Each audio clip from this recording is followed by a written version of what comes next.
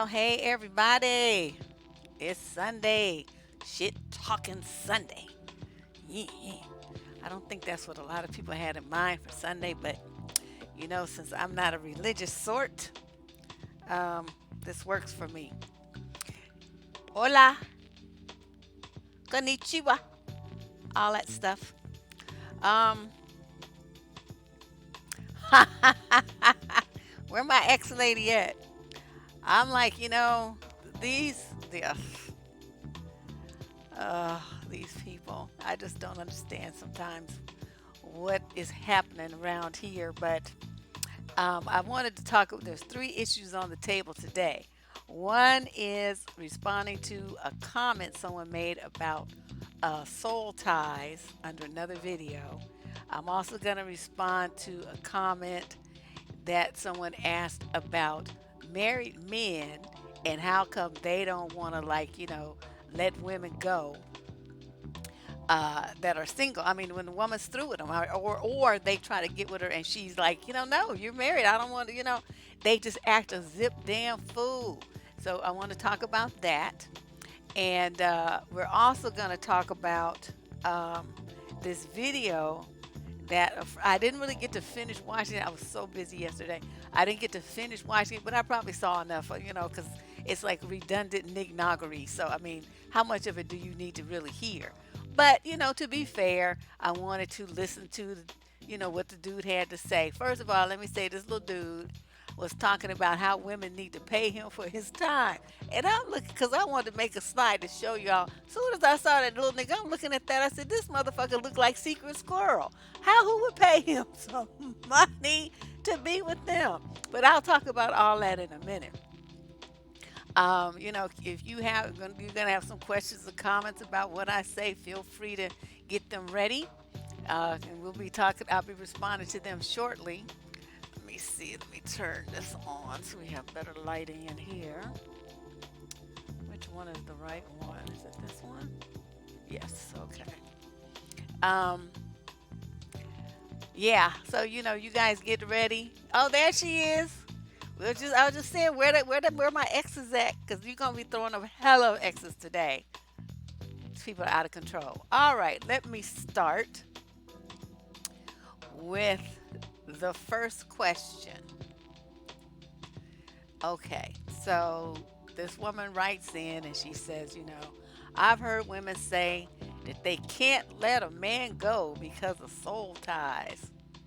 These chicks be acting all kind of foolish and demeaning themselves behind some nignog, as you call them. Can you explain what a soul tie is so I understand it? And if there is such a thing, how do you break that tie? Now, those of you who know me know that I don't believe in any of that kind of stuff. I'm just, seemed like, didn't I do a video on this? Or something along these lines. I don't know. I don't remember.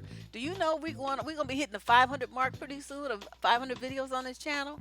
Probably in another few weeks. So, I'll hit 500. So I'm like, damn. No wonder I can't remember what I already did. And you mix that in with the articles I've written and the blog talk shows I've done. It's like we're in the thousands. So it's just really hard for me to track. I don't know. I'm gonna have to get a student or somebody to make me an index. But this soul ties thing is something that the Hotep crowd and these brothers really like to promote because of two reasons that I've figured out.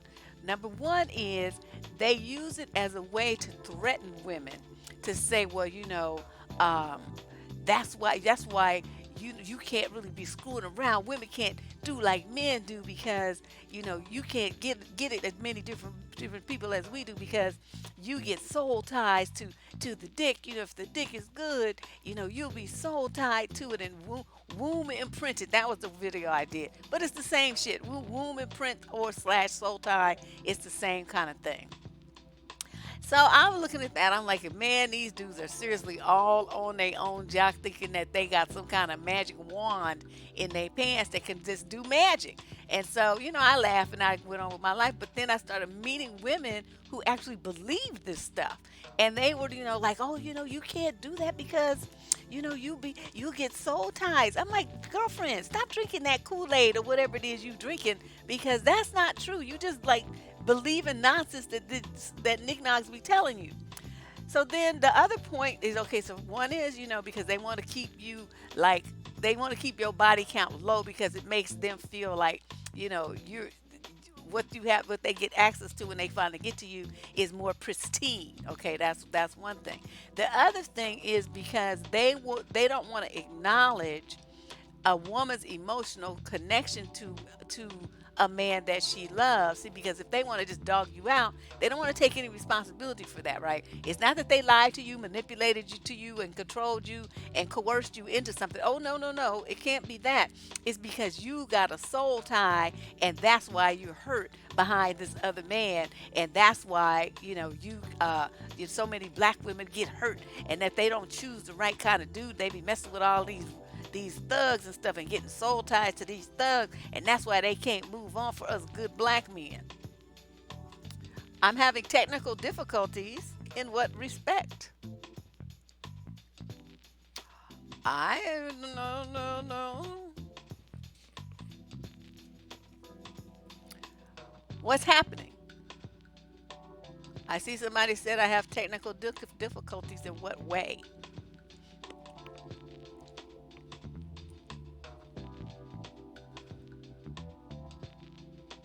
Hmm?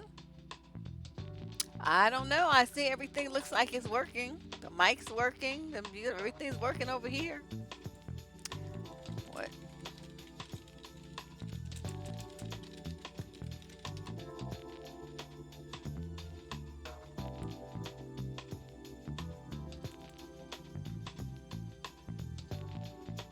Hold on, everybody. It's always something. YouTube just will not act right. It's always something with this stuff. Well, according to all my settings, uh,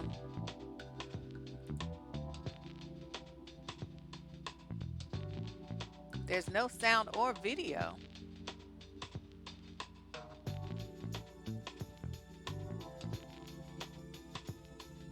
Uh, uh, uh, uh, uh.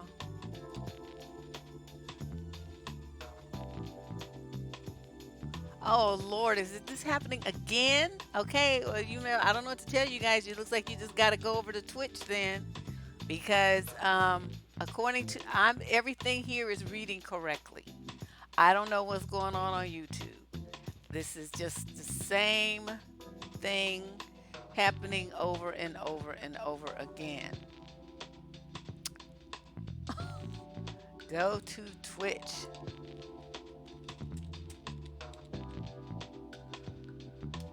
Hmm. All right, I think I figured out what it's not doing the event. Is that what you're telling me? It didn't launch the event, it launched as something else. Okay, go to the channel. It's probably not for everyone. Let me see what I can do about that. Hold on a second. YouTube gets on my fucking nerves. It's always some bullshit.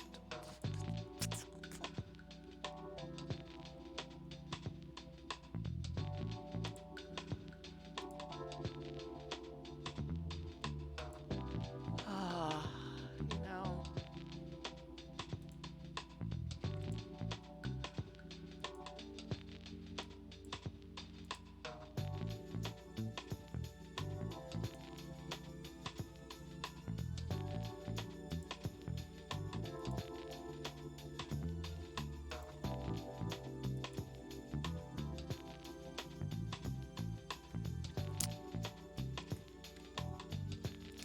I'm telling you, you don't need to have Twitch. You just log on to it.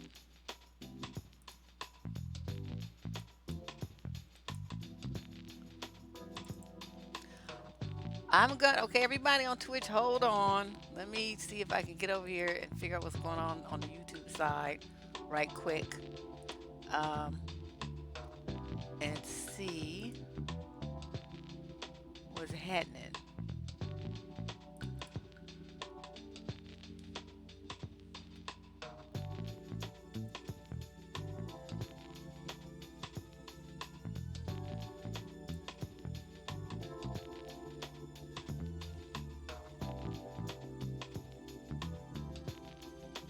I'm on YouTube right now. It's saying zero are watching. Let me see.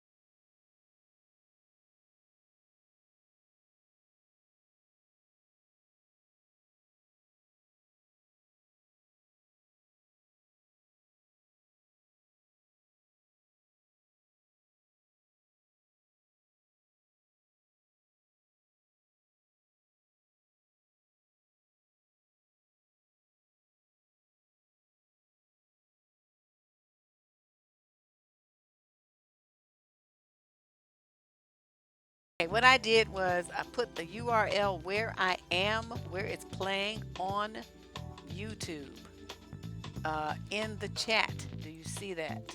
I will do it again. I don't know what's going on, why I didn't play it in what looks like the event, but I am so sorry. This is a drama. This is the same problem we had the other day. Um, so I'm going to tweet this so people can find me.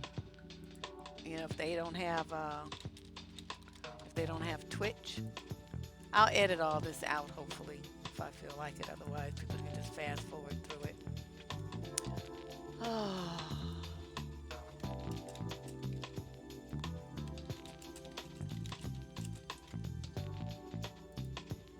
All right, so what I did was I posted where the show is actually airing. And I'm not sure why it's not playing where it's supposed to in the event.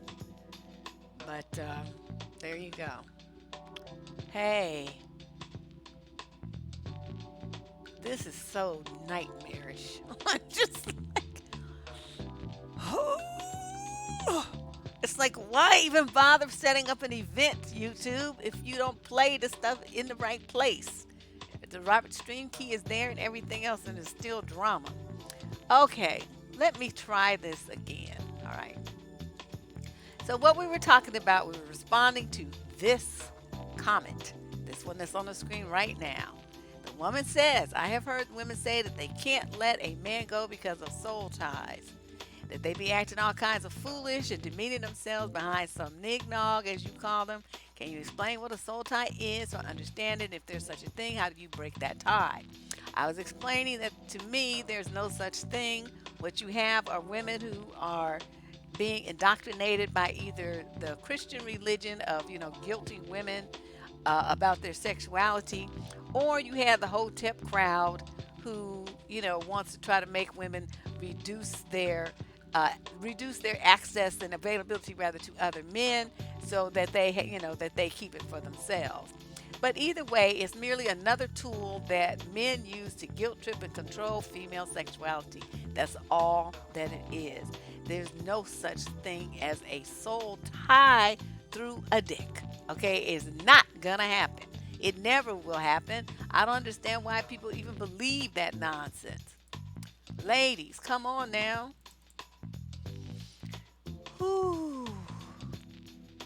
Why are my chats stressful these days? YouTube is just not my friend. It just be screwing me over. But you can have a good experience. Yes, this is the link. Let me put it again for if people see, they might. I don't know. You can see the chat. You might be able to see it. If you can't see it, that's the link right there. Just click that and come on over here, and then you can be on the right page. So let's talk about soul ties. So this lady, wait a minute, that's the wrong thing. All right. Yeah, I think it's all about trying to, another way to control your sexuality and guilt trip you. Um, and in some ways, I think it's more likely that the woman is what we call digmatized. She's sprung.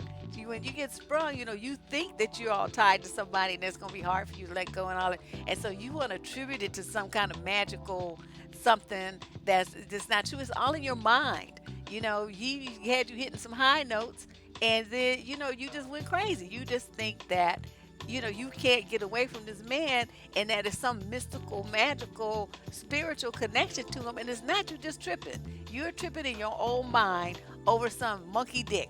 That's just ridiculous. You ought to slap yourself if you believe this kind of stuff and you tell yourself this kind of thing. It makes you sound weak.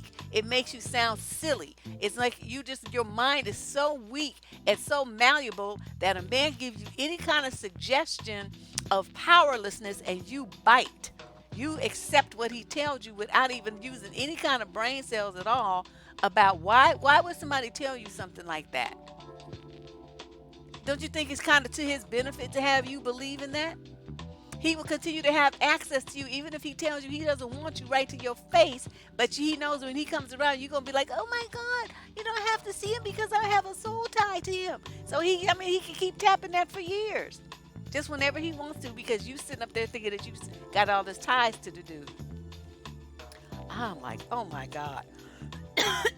And then it's like, when you think about it, a lot of these guys, see, we talked about the different kinds of mental illnesses that they have and their lack of empathy and their aggression and just downright hatred. If you have somebody who's that cold, that calculating, and that much of a sociopath, please explain to me how you get a soul tie to somebody that obviously has no soul. They're like empty vessels walking around, just full of rage and hate towards anything female. And then you let yourself, sleep with this thing, and then you think that he's giving you some kind of magical tie to his soul. He don't have one.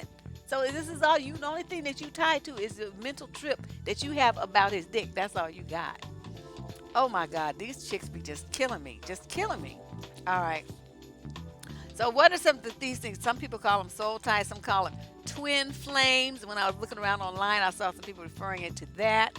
And then soul mates is another one. People like to, like you have this powerless attraction to somebody. They really believe in this stuff. And it's like every single thing that you do, ladies, everything that you do, everything that you say, everything that you don't do, and everything that you don't say is your choice. Remember that and take responsibility for it. Be accountable for your decisions in life. Stop thinking that it's because of some third party magical something that you can't see and this all this stuff. And the kind of women who tend to believe in this stuff tend to be very religious. So, they believe in soul ties that you can't see, and they believe in, gods that you can't see, and they believe in Jesuses that you can't see, and they believe in prayers that don't do nothing but use up a lot of air. When you get up off your knees and take control of your life, make some decisions in your own best interest, and then you will see change. As you stay on your knees praying for something or praying that somebody delivers you from the stigmatization that you put yourself under the guise of a soul tie, you will never really embrace your power. You're going to always be a victim, feeling like someone or something has more power over you than you have yourself. That's what I'm trying to get at. These are all things that make you feel powerless and under male control, under male dominance, that everything that happens to you in a relationship is because of some, unseen force that is being controlled by a man's mouth. That's what it is. So I'm like, ladies, you can't, this stuff is not, it's not like this is some supernatural occurrence or something. You're letting yourself be controlled like that. You are a willing participant in the fuckery. So once you look at it like that and say, okay, I gotta stop believing in these fairy tales these niggas be talking to me about, and stop, just like shut it down. Shut it down. You don't have any tie to anybody over anything unless you want to. So, it's like the way that you look at it. I mean, we always had these conversations about how so many guys are poor lovers, right? They're very poor lovers, they're very selfish lovers. And women say, it's just ridiculous how, they think they be putting it down and it's just like horrible. And in reality, I mean, how are you supposed to get, okay, they say you get a tie to, from having sex, but it's like if the sex is whack, and I mean, you might love the guy, really like him, whatever, but the sex is so whack that, you don't even see any signs or symptoms of an orgasm, then how is it that you feel like you're getting tied to somebody? And even if you do have one or if you have multiples, I mean, you could have that with numerous other people in the history of your lifetime. It's nothing that's going to tie you to this man by magic. Fuck them all. Well, it's kind of like that.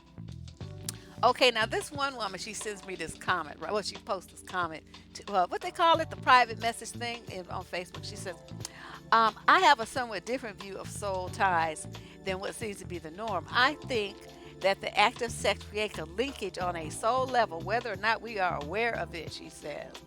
That tie may be reinforced by repeated intercourse over time, or it might dissipate and eventually disappear if it's a one-time event, or if not, after the relationship over and the tie is no longer reinforced. But does that mean that the soul tie will create a lasting harmonious relationship? Hell no. It just creates some karma. Twin souls, twin flames, blah blah, do not guarantee and should not even imply a lasting harmonious relationship full of loving kindness, respect, and hot frequent sex. All it means is that this is someone with whom you have a whole lot of karma, and a whole lot of karma is generally a whole lot of bullshit to work through. Okay, she went off on some level. I don't know, she took a left turn somewhere and started talking about karma, which has nothing to do with soul ties. So I'm kind of confused. But she says, just having this, the act of sex creates a linkage on a soul level, whether we are aware of it or not. Fuckery, fuckery, fuckery. Don't ever believe that. Let me tell you how most of these dudes do. Basically, you are a jack off doll. That's what you are. They are using your body. They're in their head. They looking at porn. They are fantasizing. They're doing all this stuff. They're doing all these freaky things to your body, or asking you to do freaky shit to it. It's not about making love. It's not about making an emotional, mental connection to you. So please explain to me where is the soul tie supposed to be coming from when somebody's basically jacking off on you and they're using your body to do it. That's what they're doing. So, you guys just like, because I mean, I'm telling you, these girls were like trying to argue with me about this and saying, well, you do have soul ties. I'm thinking you're a dummy. Okay, you sitting there, and putting this shit on social media. So now all these niggas who like to play this kind of mind game will see you as a willing victim because you just like you already did the work for them. You don't have any kind of sense of self-preservation, any sense of logic and reason. You just putting this out there on social media so the whole world can see how dumb you are. Why would you do that? It's like, oh my God. These young girls, they be young. They don't be thinking. They don't be thinking about that. And then it's like, okay, if soul ties work that way, then why is it that women are the ones that's supposed to be getting the soul ties? Because, it's always men talking that shit. Why is it that only women get it then? Because they in there, they be doing all this stuff and screaming like a girl and passing out and got the shakes and shivers, falling out the bed and passing out and all this old stuff. Okay, where's your soul tie at?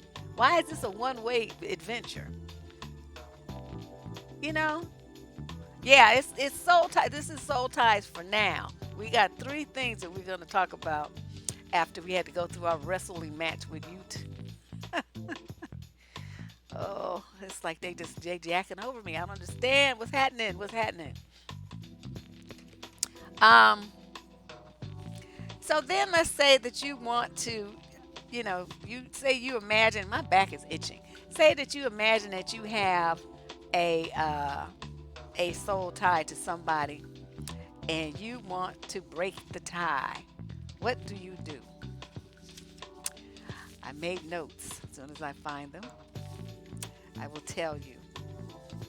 This is for the next part of this show. Here we go. Um, I think part of it is going to be, you have to acknowledge what's really going on. That's going to be your first thing. Stop thinking that what you're doing, like you're a marionette on a string. Like you're doing it and it's not, you have no decision making power in it. You're just reacting because someone's, quote, making you do this because you have a soul tie. That to me is 99% of it. Once you stand up and say, okay, I'm choosing to chase after this man and act a fool and stalk him and do all this other stuff that you do, you're choosing to do that, call him relentlessly, beg and all this stuff. Why are you demeaning and degrading yourself like that? Have you no pride at all? And once you start thinking of it, I think in those terms, whatever it is you imagine that you have that's tying you to this man will go up in smoke, and you won't have that problem. The rest of it involves what we're going to talk about next, which is the breaking up process and how you do it and when you do it. Okay. So, yeah, I had a wrestling match with you too. I always lose though. It's like they win, and we have to go over to Twitch. Oh, you've never been in a girlfriend? It's very new, and I don't know how to kiss her, and she and I have never been in a relationship. Dang, how old are you? Somewhere on one of my blogs, I think it's on the Ask Heartbeat site, there's an article about kissing. I wrote it like probably 15, 18 years ago. But kissing hasn't changed. People still have two lips. I mean, that part hasn't really changed. But let me put. Oh, you're 13. Oh, that's so cute. He's a baby. Hold on, you guys. I have to respond to this because it's too adorable. Okay, let me put the blog here, and then in the search bar, type in kissing. And you'll see there's an article there that gives you some ideas for kissing techniques and some things that you want to avoid, like what I call the washing machine. Have you ever guys ever had that kind of kiss where the guy like, okay, you know how the washing machines go on the spin cycle and they're like this? I actually kissed this guy one time, and that's what he did with his tongue. I thought I was going to die. That was right around the time I was going to write that article. I was like, oh wait. I had to add that in there. Of course, we never went out again, and that was the grossest and the most turn off, the worst thing I've ever experienced in my life. It was hysterical. It's like, dude, how are you in your 30s and you don't know how to kiss no better than this? I swear. This was like his tongue was like, going really fast and in a circle. I was like, ooh. Yeah, it was gross. It was gross. Yeah, that article is actually very funny, but now that I think about it, it's hilarious. But it will help this young kid here.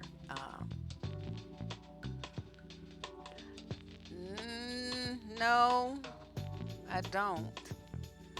Um, I don't have my, well, because I'm just really getting started on Twitch. If you notice, I only have like 60 followers over there. I'm not. It's like 14,000 on YouTube and 60 on Twitch. I've only been on there for a little while, and I don't really have everything set up yet. But if you have a question, just send it to me at survivingdating@gmail.com, okay? And I'll do a Twitch advice question. Saturdays I usually do Twitch if I have questions in from Twitch. All right. Whew. Bonding, but it can dissipate quickly. It dissipates. You know what? It doesn't dissipate quickly in women because they sit there and act stupid about it. It's like they sit there crying, talking about, oh, but I loved him so much. Why did he do this to me? Why? When you have closure, the second you tell yourself you have it. You stand up and you say, well, that was nice, and now next. And you do this, and then you move on. It's in your head. You know, women need to get more control. I mean, how many times have I said this? Get out of your emotions so damn much. Get into your heads. Be a big girl. Put your big girl panties on and stop whining around using your emotions to make every decision for your life. That is foolish. Especially when you're dealing with nignogs. You can't do that. You got to use your head. And it's like, you know, you guys want to just talk about their feelings all the time. And it's just insane. It makes no sense.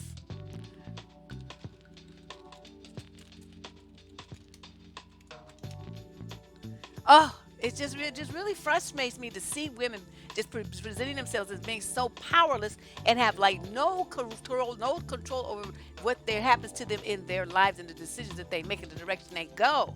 It's just, you guys, come on now. You just sit around just like letting yourself be batted around like a leaf in the wind by what men tell you. That is dumb. You can't do that. You cannot let some knuckleheads control your life like that. Oh my God, it just makes me crazy. You know, that's a good idea, Faith. That's a good idea. I never thought of that topic. Uh, let's see. Who can write that down? I mean, somebody send me that. Remind me of that topic. Yeah, you gotta shut him off. You gotta stay in your head until the dude proves himself to be someone that you can trust with your emotions. Then you show him. Because, you know, y'all just go into it, oh, you know, but, you know, with all these feelings just flying around and just doing all the stuff. From the very beginning, the dude knows how to play you like a damn violin because you don't have no game at all. It drives me crazy. No game. None. Just like an open book. You want to tell every goddamn thing that you ever thought in the history of life since you could talk. You want to talk about everything that you think, every experience you ever had, every dick you ever experienced, everything that happened to you, every molestation, every sexual whatever, everything that happened. You want to tell dudes like an emotional vomit. And it's like, and it turn around and use it against you. I don't know why you do that. Oh, thanks, Faith. Thank you. Yes, that'll help me. Then I'll remember we can do that next week. Topic Thursday. When I think about saving your virginity and no kissing on the lips until marriage, shit, fuck that. Oh, you only 17? Oh yeah, no, no, no. You don't need to be sleeping with nobody. I don't know about till marriage, but right now, you know, I'm one of those people. I didn't start dating until I was 18. Seriously. I mean, I probably because I had so much knowledge about men and relationships I was in no hurry to be tangling up with them. I always had a lot of male friends though. So my need, I think a lot of girls need for male companionship was met. Plus, you know, you got three brothers. I mean, you sick of men by the time it's time to date. I was like, oh my God. But, you couldn't find it? Okay, I'll look for it. Maybe I put it somewhere else. Hmm. Well, big boy, write to me at survivingdating@gmail.com and I will see. It's on my computer then. I just have to find it. Maybe I took it down for a while. You know, just to put, you know, to rotate the content. I don't know. I used to do that, but that might be what happened to it. Um, what was I saying? Cut them off. Yeah, cut them off. These women be like, well, he didn't mean it. He didn't mean. Yes, he did. He meant every word of it. And oh, that's what I was talking to the young lady about the 17-year-old. Yeah, you don't need to worry about that right now. You worry about yourself. Seriously, focus on yourself. That's why so many young women get in trouble because they be thinking about, you know, what some knucklehead little boy wants. And, you know, these dudes, they slick. And so they come up with, you know, you got to prove you love me. You know, if you don't do it for me, somebody else will. And then that's when you say, okay, bye. Because that don't have nothing to do with me. I have this plan for my life, and this is the plan I'm going to stay on. Plus, it'll save you from drama, you know, the teen dating violence, the STDs, unwanted pregnancies, either having a baby or getting an abortion. I mean, you save all of yourself from all of that drama by putting dudes on the back shelf. So, you know, you will most likely change that idea about, you know, kissing and all that stuff at some point, you know, and by the time you get into college. But I strongly suggest that you spend some time listening to some of the videos on this YouTube channel about how to vet a guy and know if he's playing a game with you, if he's really, you know, about you. And then understand too that at your age, you know, the girls be having these things where they be talking about, well, you know, we're gonna get married and live happily ever after. That's just not gonna happen. Not at your age. That's not gonna happen. So any dude that you screwing now, that's just a temporary situation. So, you know, you better make sure that you understand and keep your emotions in check. Don't be putting all your heart into something with some 19-year-old kid. It's not, it's just waste of time. Waste of time. So, that I think is a more realistic thing. I don't tell people to keep their virginity, and you know, because it's not like it's a damn prize or anything.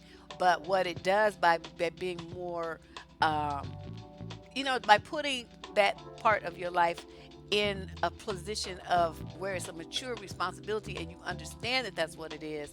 It's not just something to do for fun. You know, having sex it becomes with a lot of responsibility. If you're not prepared to deal with the responsibilities, then don't go down that path. The responsibilities are a disease or a pregnancy and a child.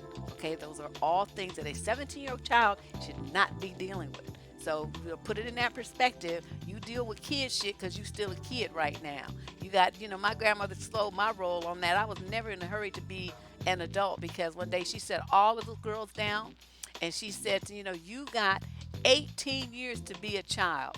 Only 18 years. And the next 60, 70, you're going to be an adult. Do not rush it. Honey, that's all she had to tell me. I started doing the math and I let my mother, I mean, my mother had to make me start combing my own hair. I would sit my ass down with that hemp comb and brush and stuff. I was like 13. My mother was like, oh, no, no, no. You're going to do your own hair. But I stretched my childhood out as long as I could because the reality of what my grandmother told me and the struggle that I used to see adults dealing with and the problems, the drama, I didn't want that. I wanted to stay a kid as long as I possibly could. And I cannot stress that enough. I wish more parents would tell their children that, and so they wouldn't be in such a hurry to grow up. You know, stay a kid as long as you can, because once you leave that nest, once you're not a kid no more, it's over. And the next 50, 60, 70 years, you're going to be hitting it by yourself. So, you know, just slow down. Slow it down. All right, let me see what else we're going to talk about. You only attract the wrong people. That's because that's the wrong people. That's mostly what's out here. Don't worry about it, Tiki. Don't worry about it. Seriously. Ugh. I mean, seriously, if I had to go, I mean, I like I was 18. I was, you know, in college and everything. But if I had to go back, I still wouldn't have done anything. I would have waited. You know, because in retrospect, it's like, this is some bullshit. It's like, you know, people just talk it up like it's just this whole big deal. Like you just, you know, have to have this relationship and all that stuff. It's like, oh my God.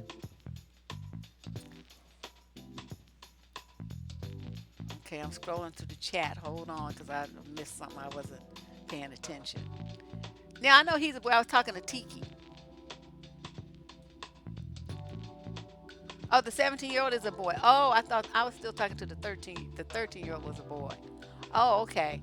Well, I'm sorry, but anyway, okay, just flip it in reverse. It's the same thing for the boys, because then they get, you know, stalker ass girls that don't, you know, want to let them go. My brothers had some. These girls was crazy. They would be calling our house and hanging out in front of the house and stuff. I saw that with my own two eyes. So some of these girls are just as crazy as the boys are. And then, you know, the next thing you know, your son is got somebody pregnant because she done poked a hole in her diaphragm or something, some shit happened, and the next thing you know, it's a bunch of bullshit. So, you know, the mainly thing the young men need to know, keep it in your pants. If your ass don't have a job and you ready to be somebody's daddy, that's what I'm saying. No, whether you're male or female, the sex comes with responsibilities and obligations that are of adult nature. So if you're not prepared to deal with those, then you keep your dick in your pants. And you ladies, you know, you do the same thing. Keep your panties up, and your dress down. That's what my grandmother used to say. You know, and it's not like I'm being a prude. You know, because you know, people, sex is good. It's fun. It feels great when it's with somebody that you love. It's a wonderful experience for the two of you to share. However, when you're a kid, then stay a fucking kid and understand that you don't have no business doing adult activities when you don't have adult backing. When you don't have no money. You don't have no education. You don't have a house. You don't have a car. You don't have nothing to give a child, but you up there screwing trying to make a damn baby. Get out of here. No. So that's, what I say applies to males or females. I'm sorry, I thought, the 17-year-old was a female and the 13-year-old was a male, but I guess they're both males, and so I got a little confused. So my apologies for misdirecting my presentation, but the information does not change because your gender did. All right, so let's go to the next slide. This one was posted also up on the comment section on YouTube. And she says, "Hey, Miss Deb, I love your videos, and I have a question. Why do married men feel so entitled to single women? Then when you check their asses, they talk shit and don't understand why their wives have such low self-esteem," she says. And it was so funny because when she posted that, my girlfriend, I have a girlfriend in New York City. We had just been on the phone on Friday night. She had been out and with this guy who's, like a friend of hers, somebody she's known for years. The dude is married. But suddenly he decides on this night that he wants to, try to chat her up and get her to go on some trips with him and all this old stuff. And when she called me, I could hear the disappointment in her voice. She wasn't like about to cry or anything like that, but it's like if you have a male that's, an older guy and he's very well respected in the community, he's a big name professional in his field, he makes a lot of money, he's, respected and admired and clients like him and everything, and you thought that this is the kind of relationship that you had with him for 15 or 16 years, then suddenly he flips it and he becomes just like a regular old street nigger. Then you sit there with your heart breaking in disappointment because you tried so hard to have a good opinion of him, and that maybe he was going to change your opinion of black men and he was going to do this and that.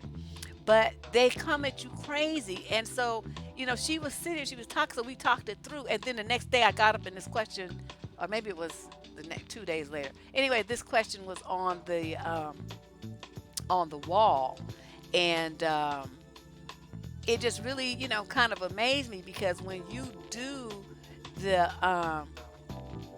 like they have those websites, they'll come to singles events. Like they, come to the singles events, the mixers and stuff. And they claim that they're there for business, but they be busy chatting up all the single women and giving out their numbers and stuff. They get their business card and then they write their, cell phone number on the back. So, that's not for business purposes. Otherwise, you would just get their card so somebody could call you at the office. Why you got to write your personal cell number on it? And, can I take you to dinner and all this kind of stuff? Nigga, did you forget that you have a wife at home and some kids? So it's not only are they disrespecting you, the single woman that they're trying to get at, they're disrespecting their wife, they're disrespecting their family, they're disrespecting their marriage, they're disrespecting their parents. It's just like a whole free, just widespread niggalicious, disgusting disrespect. And they just really seem to have no problem with it. Okay, then on the flip side, so you get, the guy approaches you, right? And then he starts with the song and dance. Well, I'm married, but we have understanding. They always try to couch it in some kind of thing to try to make you think that it's okay. Ladies, you at that point, I'm not necessarily saying that you have to. We are not responsible for what other women's husbands do. The men are responsible. So understand where I'm coming from when I'm saying what I'm about to say. I'm not saying you're responsible for him. What I'm saying is at that moment, becomes the question that I posted in my video called "And Then What?" Remember, I said that's one of the things you have to do as you go through life is don't just think in the moment. Don't just be in your feelings. Think about, okay, if I do A, then what's going to happen? Well, if I do B, then what's going to happen? If I do C, well, then what's going to happen? Well, let me choose C because that's the one that's going to get me away from the drama that's coming with A and B. So in this situation, this married man wants to take you out. He says, oh, we can just be friends, this and that, blah, blah, blah. That is a setup. Don't do that. Tell him, I don't really like to be friends with other women's husbands unless those women say it's okay. So have your wife call me, and if it's okay with her, then we can be friendly. And I also want to meet her, and I also want to meet your children so that everything's above board and there's no suspicion and no monkey business. and watch how they quickly back down from that shit. Well, I didn't mean all that. I mean, just me and you. Yeah, well, no, we're not going to do that. I'm not trying to get in that kind of mix. And not only that, sometimes these women, um, you don't know how some man's wife is. Not only do you not know if his wife is crazy, you don't know if he is crazy. So let me tell you about some of the stories that I was reading. There's a website, I meant to write the URL down. They had 12 stories, and these are just recent stories of married men who killed the women that they had been messing with. Why did they kill them? Because the women were pregnant. That would seem to be most of it. They got the woman pregnant, and then they wanted her to have an abortion, and she said no, and so they killed her because they didn't want their wife to find out that they had cheated and had a baby. Okay, and others, the woman didn't want to be with them anymore, and she wanted to move on. And this, they killed not only her but themselves because they wanted her, they wanted to keep her under their control. They wanted to continue the relationship even though the single woman did not want to. And then there's those, they might not kill the woman, but they stalk them. Like they try to get at you, right? And you turn them down. You say no, as soon as you find out that he's married, you don't want any parts of with him. You tell him, no, don't call me anymore. Leave me alone. It enrages them the same way that these incels get enraged. Now keep in mind, this man already got a mate. So he's not like the MGTOWs and incels where they're crying because they don't have anybody. This motherfucker has a wife and kids at home. So the thing that these boys are crying about, well, you don't want stuff, that issue is eliminated with these guys. They already have somebody. But what it is, they want to have their cake and eat it too. So they want to have their wife and you too. And they don't care if they have to intimidate you, stalk you, and threaten you into staying with them so that they continue to have access to you. It's like you don't have a right to have a life outside of the one that they want you to have. And they also get enraged, like if the woman is single, I mean, she might be dipping with the married man every now and then, but she wanted, she's single, so she want to dip and dab with, some single dudes and fill her time up. Oh no, they have a problem with that. You can't go nowhere unless they let you go. And they want you to stay at home so that they have access to you whenever they have a break. You have to be available to them. And this one guy says, well, if I pay your rent, then you have access. I'm supposed to have unfettered access. Okay, well, you could be there, but that don't mean I'm going to be there because you paid the rent over there. That don't have shit to do with me when I go someplace that's not there. That don't have nothing to do with it. But, I'm just saying, these are things I just wanted to bring to women's attention because, a lot of them, they don't really think this through. These men are crazy. They're crazy. They're crazy when they're single. They're crazy when they have a wife. And the wife is powerless to do. I mean, what's she going to do? She can't save you. Her husband keeps calling you. Her husband shows up at your job. Her husband shows up at your house. What's she supposed to do about that? So you all be sitting up there talking about, well, I'm going to tell your wife. I mean, you could tell her. I mean, that might be. But if you sit there running your mouth telling him that you're going to tell her, the next thing your ass is going to be missing and people are going to be wondering what the fuck happened to you because you threatened an idiot. You don't threaten them. You just do it. How many times do I have to tell people that? You don't run your mouth talking about what you going to, want to, shoulda, coulda. You just do it. So instead of saying, well, if you do this and that, I'm going to call your wife. You've told him twice to leave you alone. Don't come to my job. Don't call me. He does it that second time. You pick up the phone and you call the wife and say, look, I've told your husband I'm done with him. He keeps on calling me. He showed up at my job. Security is now involved. He's causing a problem at my place of employment. Do something about him. Okay, then you hang up and then you get a restraining order that keeps him from your job and from your house. So, but you don't tell him any of that in advance. You just do it. See, women want to sit around talking about, well, I'll get a restraining order then.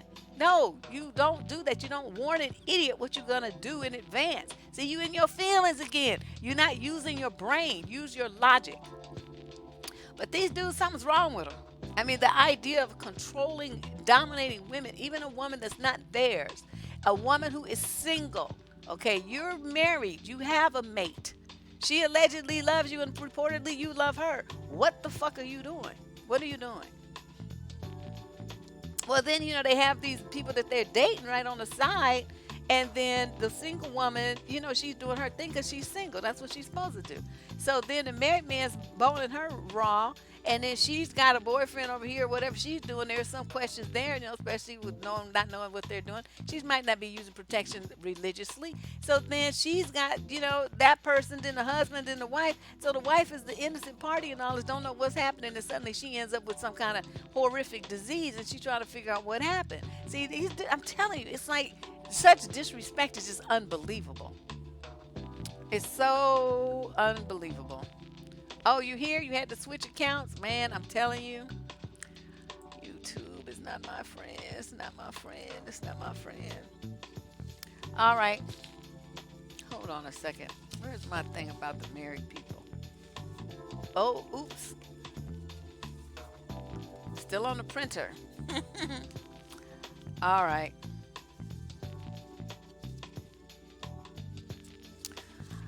So, we talked first, our first segment, we talked about uh, the soul ties thing.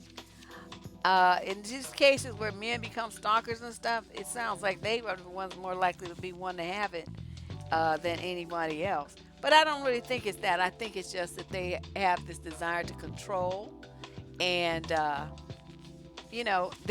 it's abusive. I mean, it's like domestic violence, except that you're not in a relationship with them. I don't get it.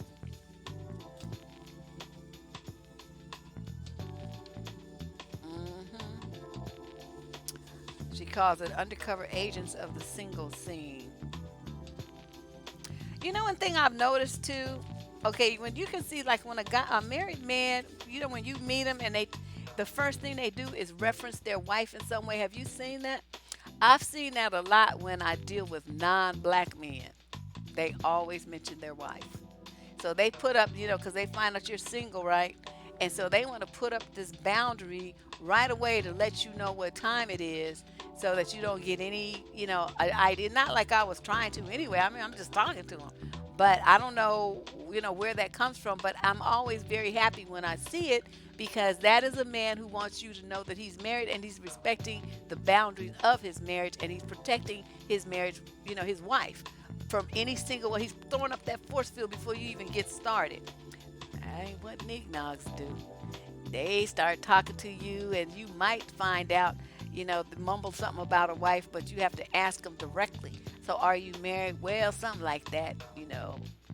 They be vague. They don't say, yes, I'm happily married, and these are my children, and whip out pictures and this and that. They don't do that. They always on the hunt for some pussy. It's just ridiculous. It's just nasty. So it's like, why do women want to get these women? Why you want to be marrying these fools for? They just not right. There's something wrong with them. And I can't say that it's like it's our culture, that like embraces the player, the I mean, men get big ups for being cheaters, for having multiple women. And so if that's a mentality that you've been raised with, and then suddenly you meet a woman and you love her and you stop doing that, and you get married with the expectation that, how hard is it going to be for a man to change gears when he's got married in his 30s? For 20 years he's been living this lifestyle of, get as much as you can from as many different sources as possible. Suddenly he has to go cold turkey and turn that off. Even though that's, the vows he took say that that's what he's supposed to be doing. But I mean, I think that mentality carries on with them into marriage. So a lot of women say, well, I don't want a man who's been like, community dick and all that stuff. But it doesn't even matter whether he actually did it or not. I'm talking about his attitude about it. Whether he was successful in getting all these different women is not my point. The point is that is his belief system, that he's entitled to do that, and that is what makes him a man. That's what gives him, the other dudes make him have props, like, he got 3 women, so they stick their chest out, and, it's like a big deal. It's like, why don't you instead have 3 mil in the bank? Okay, then you can stick your chest out. But all you doing is jumping up and down on 3 women? That is no accomplishment, knucklehead. Oh my God. Yeah, they do. They lie. They're worse than pigs. Pigs are actually kind of peaceful animals. Um, yeah. Do you think when a guy is a cheater that he is very emotionally, uh, emotionally stunted. Like there's a problem with his self-esteem, that he's very immature. I do. I think that is at the core of it. They're looking for all this outside ego reinforcement instead of building themselves up internally. Um, it's kind of interesting, but that's what I think anyway. They just enjoy making women feel stupid. Well, yeah, yeah, they do encourage young men to cheat. That's what I'm saying. I think it's more. It's like our culture, and the guys who don't want to cheat and who do want to honor their marriage. Like remember the video clip we showed that I showed you guys from that black men conversation where the one guy was talking about how men always harassing his wife and stuff, and they don't respect the fact that she's married, and they were all like mocking him and taunting him because he was trying to express his frustration for these guys did not respect his wife and his marriage when she was out in public, and all the other dudes was laughing at him. This on that's what happens. So if you have a guy, and these are all black males, mature black males in their 30s now and early 40s, and they're so fucking juvenile that a man who's sitting there talking about honoring and respecting his wife and trying to protect her, they attacked him with derisive comments, laughing in the man's face and calling him a wimp and a simp. That's what happens. And so when you have that kind of, that's the overwhelming mentality of black males in the United States and possibly everywhere else. But I live here, so this is where I, pretty much concentrate my conversation to. You found the whole thing? Yeah, I just played the clip because you don't want to get into copyright issues. But when you just play a small clip and then you make the majority of your video is editorial comment, then it's not a copyright infringement. But if you start playing the whole thing, then it becomes an legal issue, and I'm not trying to deal with all that. So I showed the clips, 2 clips from the stuff that I wanted to talk about, and that was it. So I'm glad you saw the whole thing. It was very, very deeply disturbing, and the majority of those men were married, and that's how they talked to that guy about protecting his wife.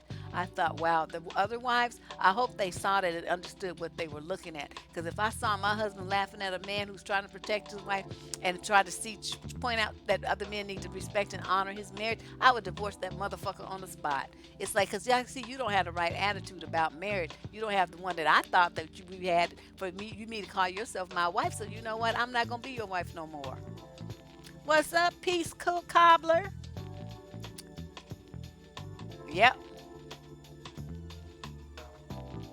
Yeah, Vanessa, you right. But swag is like James Bond. That motherfucker has swag. And I'm talking about the original one, not these fake ones. You know who else has swag? Idris Elba. He could just walk down the street. Denzel, when Denzel was like in his 40s, swag like a motherfucker.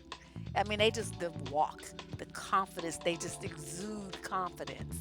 And, it's in their posture, their carriage, the way they speak. I mean, all that. And so, you guys people acting like a little kid and acting all stupid. That's not, that's not going to work. We don't know that, Ramona, because everything, I'm telling you, no matter how long you're in a relationship with somebody, new situations occur. New things happen. You come into contact with new people, you get put in different situations, and you get to see a different side of your mate that you've never seen before because you've never been in that situation before. So it's not necessarily true, you guys. Don't always believe that. Don't believe that. And you also not factoring in the part that how many men are sociopaths and will hide who and what they truly are. And you also got a lot of things that men will join in shit, and this starts when they're young. They have that pack mentality. So what they might not do and say when they're by themselves, when they get like where they feel like they have backup, they let all they fool out, all of it, and they don't hold themselves in check anymore. So those are things, I don't know how old you guys are, but I'm just telling you that that's how it is. You will see, and plus people change anyway. So what you saw in a man, 10 years ago Well, now that's a different man, and he's doing different things. He's behaving different ways. You're seeing a different side of him. Sometimes it works for you, and sometimes it doesn't. Sometimes they change so drastically, or they start letting stuff fool out. Something happens, they get on drugs. I mean, all kind of shit goes on, and then you see a new side of him that you never saw before, and the shit is not the shit that you didn't sign up for. That's why people be in divorce court. Okay, so you can't don't assume when you say stuff like what you guys said that well they knew. So you're assuming that people have some kind of fucking crystal ball and can see 10, 20, 30 years into the future. I don't like that kind of stuff. Don't come here with that. Don't come here with that kind of mentality. That's inappropriate thinking. You just act like women are supposed to know every goddamn thing about some fucker man, and that's just retarded thinking. They always hiding shit, and they expose who they really are. And like I said, plus people get older and they change. So that's why you got a lot of people getting divorces in the midlife. The man was cool at first, and then suddenly he was cool until the day that he wasn't, and then he want to hit her, he want to cheat on her. She found out he cheated and got bring home a baby. I mean, all kind of shit happens where women get hit in the face with bullshit.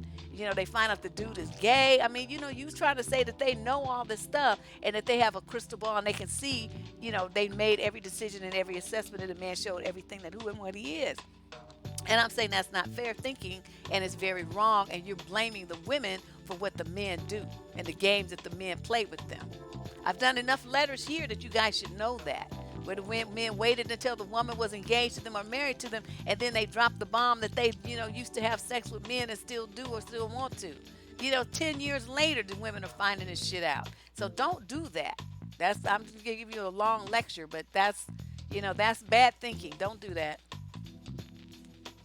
She find out when she finds out, and just assuming that she already knew is just wrong. Now, okay, so that's enough of talking about these men and stuff. So let's talk about. Yes, they do change for the worse. I've witnessed it.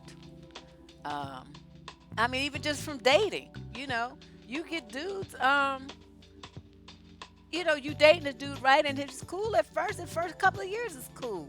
And then, you dating him 2 or 3 years, and then suddenly something happens. It's like a switch flipped. And he becomes some kind of fucker. You're like, what the hell? Who is you? Who are you? Who is this? He starts talking crazy stuff. He does weird things. I mean, it's like, you're looking at him like, okay, is this new, or were you hiding who you really were? And you'll never know the answer to that. But in the meantime, then you break up. Okay? But it's the same thing with a husband. You get a divorce because they show a different side of themselves.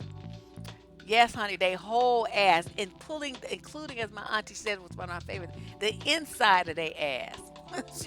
Just pull the cheeks apart and just show everything.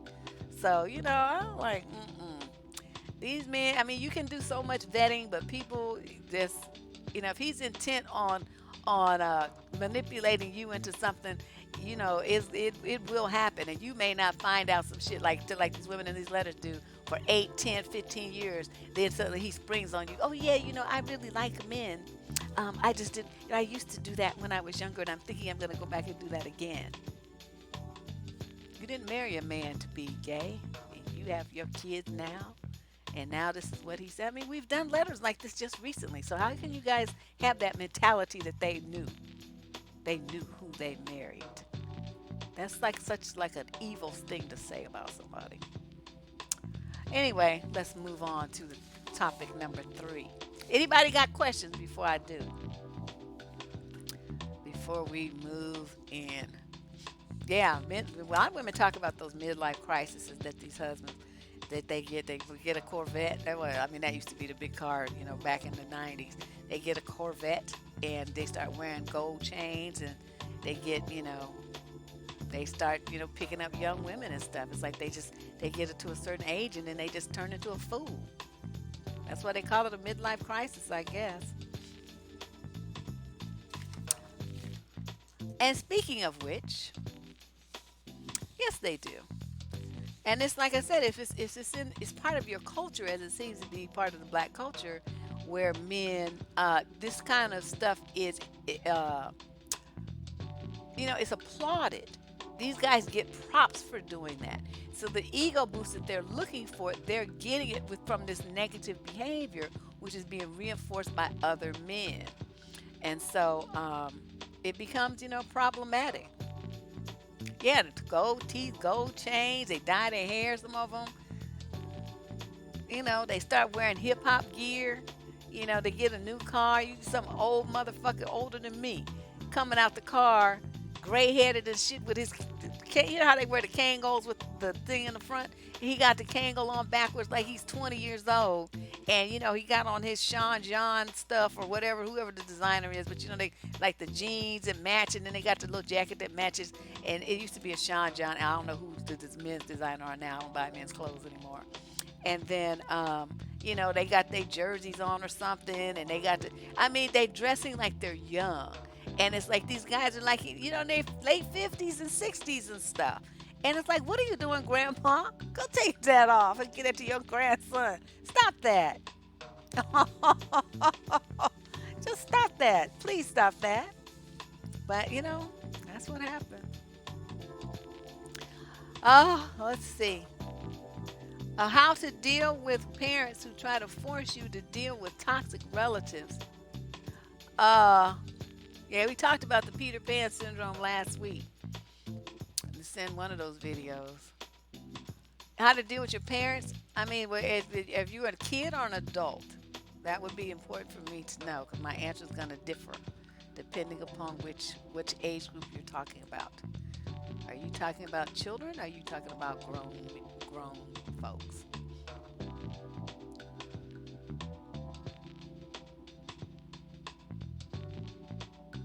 Exactly, Shania. That's what I'm talking about. So people are like, well, she should have known. I mean, that's some like victim blaming mentality. I don't like that.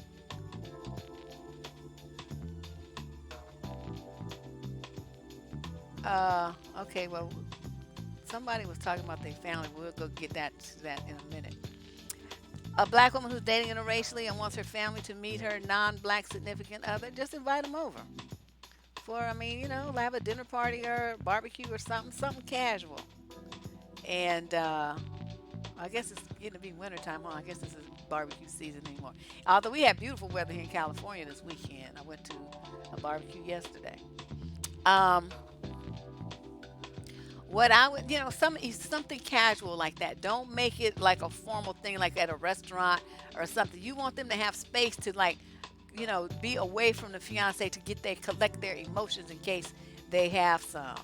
Um, and don't broadside it on them either. Make sure they understand that this person's not black. And but then talk about the person's good qualities first. That's what how good they are, how hardworking, how he treats you, how you feel of when you're with them, this and that, and then saying, then by the way, you should know he's not black. So then, but I want you to meet him, and maybe send them a picture of you two. That might help too. You want to get them as mentally prepared for it as possible. My family doesn't really trip on that kind of stuff, so I've never really had to, like warn them or anything. You just show up with the person and be like, oh, okay. And then, as long as they cool and fit in, then it's fine. Um, but of course, we are in California, and so that kind of stuff is, pretty normal out here. In other places, it may not be as accepted. So I have to keep that in mind. But now I don't see what the big deal is. He said he was just playing. Motherfucker was lying.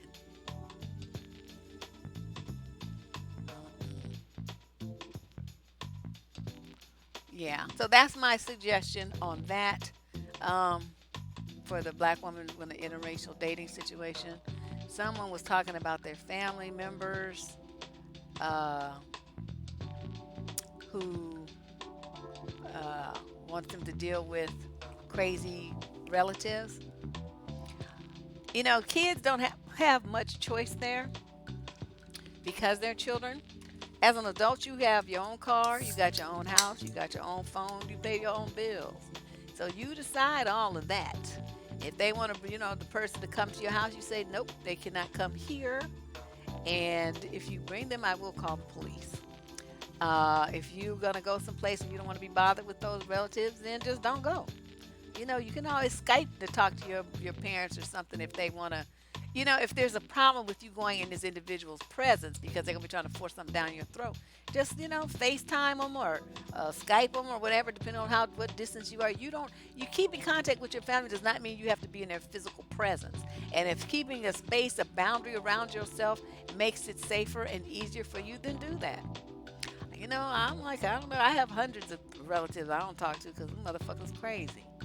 I don't know, be trying to be bothered. I have a very small social circle. hmm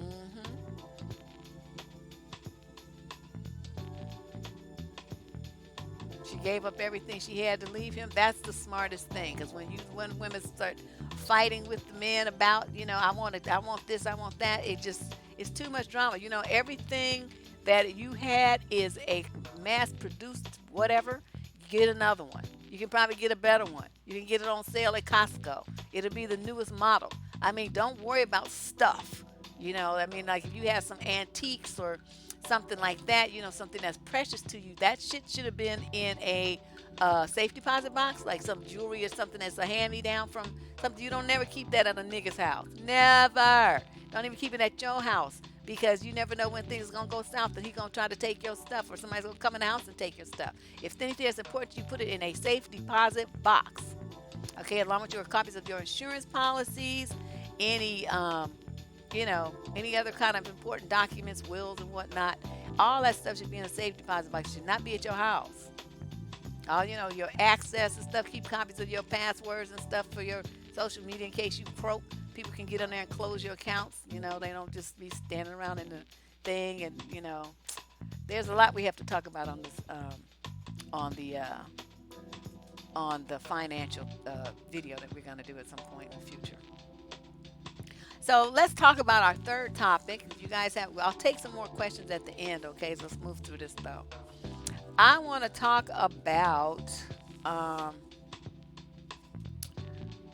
getting away from someone, which kind of ties into this family thing. But we just had an example in the chat room of a woman who's with a guy, and 8 years in, he decided to body slam her down. He never did no shit like that before. So, and then she gets away from him. And I was like, okay, what possessed you to think that that was funny? And that's what you were supposed to be doing to your woman? That's why I don't play fight. I don't wrestle with dudes. I don't do that kind of stuff. That's not anything I want to be bothered with. I don't want them even getting in that kind of mode about handling me like that. So, let's talk about when do you break it off? When do you break it off? Obviously, if there's some kind of abuse like that. Although a lot of women don't, they make an excuse for it. Well, he didn't mean it. Well, it's just that one time. He said he'll never do it again. All this old stuff. Deb doesn't play that. Another thing is, okay, when do you break it off? My thing is this. If you're thinking about breaking it off, the time is now. Okay, because no, you don't be sitting around thinking about getting a divorce or thinking about breaking up with somebody. There's a reason why those thoughts crossed your mind. Because otherwise, you would be like, oh my God, I can't wait to see him. I can't wait till he comes home. I just love him so much. We have so much fun together. You call him, hi, baby. No, you hang up. No, you hang up. It's like that when you just all into somebody. Soon as your mind crosses to the dark side and you start talking about, hey, I need to break up with this motherfucker, that's the time to do it. Don't second guess yourself. Don't do that. All right, that's right. No horseplay. We had to do my brothers. We were little kids. We used to do that kind of stuff. But once I got about 10 years old, I have two older brothers, and my father was like, "Oh hell no! Don't be throwing her around like that. What the fuck is your problem?" And so he drew them up real quick. It's like she's not a little kid anymore. So it's not like she's 5 and 4. You guys playing around and tossing her on the pillows and stuff like that. Don't do that. Don't do that. Because your body starts changing stuff he didn't want. You know what I mean? It's like my dad was getting them ready for when things started changing on me physically, so that they wouldn't be into that touching me all over kind of mode. And he would have been totally innocent because that's the way that we used to play. But things were changing, and so my dad had to get them pull them up short and let them know that shit ceases as of today. Don't do that to her anymore. And so grown men, you would think, would know better than to be, horsing around with some woman like that, throwing her around and stuff. These are kids and they knew, so what's his problem? Yeah, you got to be willing to kick a man to the curb. In anywhere, just sit him aside. You have to always stay in control of your emotions. That's the number one thing. Every single video on my channel talks about how men try to get control of your emotions. If they get control of your emotions, they have control of your mind. And once they have control of your mind, they have control of your house, your wallet, your money, your car, your kids, everything. You give them all the control of your whole life to dictate everything because you couldn't keep your emotions in check. You've got to get your minds right, ladies, and get your minds in gear and away from your emotions and feeling everything all the time. Your feelings are irrelevant when it comes to choosing a man. You will fall in love with the motherfucker who treats you well. He's 22 and he still tries to horse around with you? Oh no. Oh no, no, no. No, no, no. You need to take a secret judo class, and then he tries that shit, flip his ass a time or two. He'll leave you alone. Because you can learn the good judo flips, maybe like 3-4 months of lessons. You'll be good. You'll be good enough to do that. You don't have to, become like a master at it or anything. You just need to learn some, self-defense type moves and let him get to acting a fool and flip him on his ass. He'll be all right. All right, so let's see. Let's talk about another aspect. Women are like, well, I'm not sure, if I should leave him. When is enough enough? I mean, how much abuse and mistreatment and abandonment and all of this stuff are you going to take before you decide that it's enough? What's your bottom line? Now, see, only you can decide this. My bottom line is it's okay. Here's the ground, and here's my bottom line. It's like you cross one step, and I'm done. You don't need to like go miles up there before we figure that the line has been crossed. Mine is very low. You don't need to look for other people to validate your decision. A lot of women do that. Well, I don't know if I should, and they're looking for somebody to tell them that they should stay or to go. And my thing is, nobody's gonna be in a relationship but you. So I appreciate when people ask me, and I try to guide them to make this decision. But too often they have friends be like, girl, it ain't nothing out here, girl.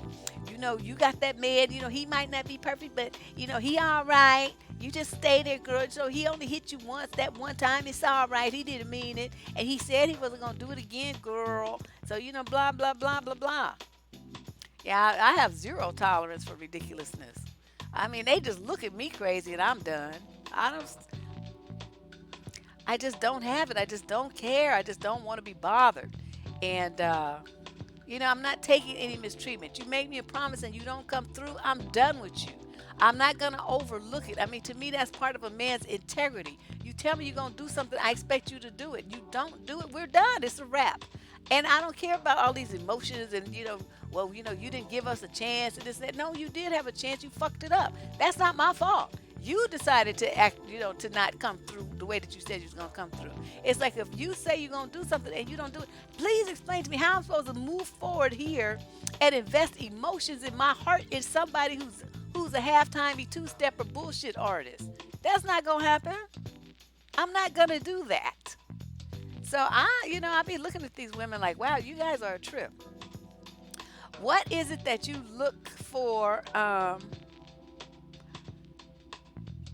before you make the decision to actually do it? Well, a lot of times, I tell people, if you're not really sure, sometimes people break up like in the spur of the moment, like they had a big fight, and then they second guess themselves, right? Well, we were just fighting, and I said it's over, and I didn't really mean it. Okay, in a situation like that, it's best to not say anything while you're, that upset.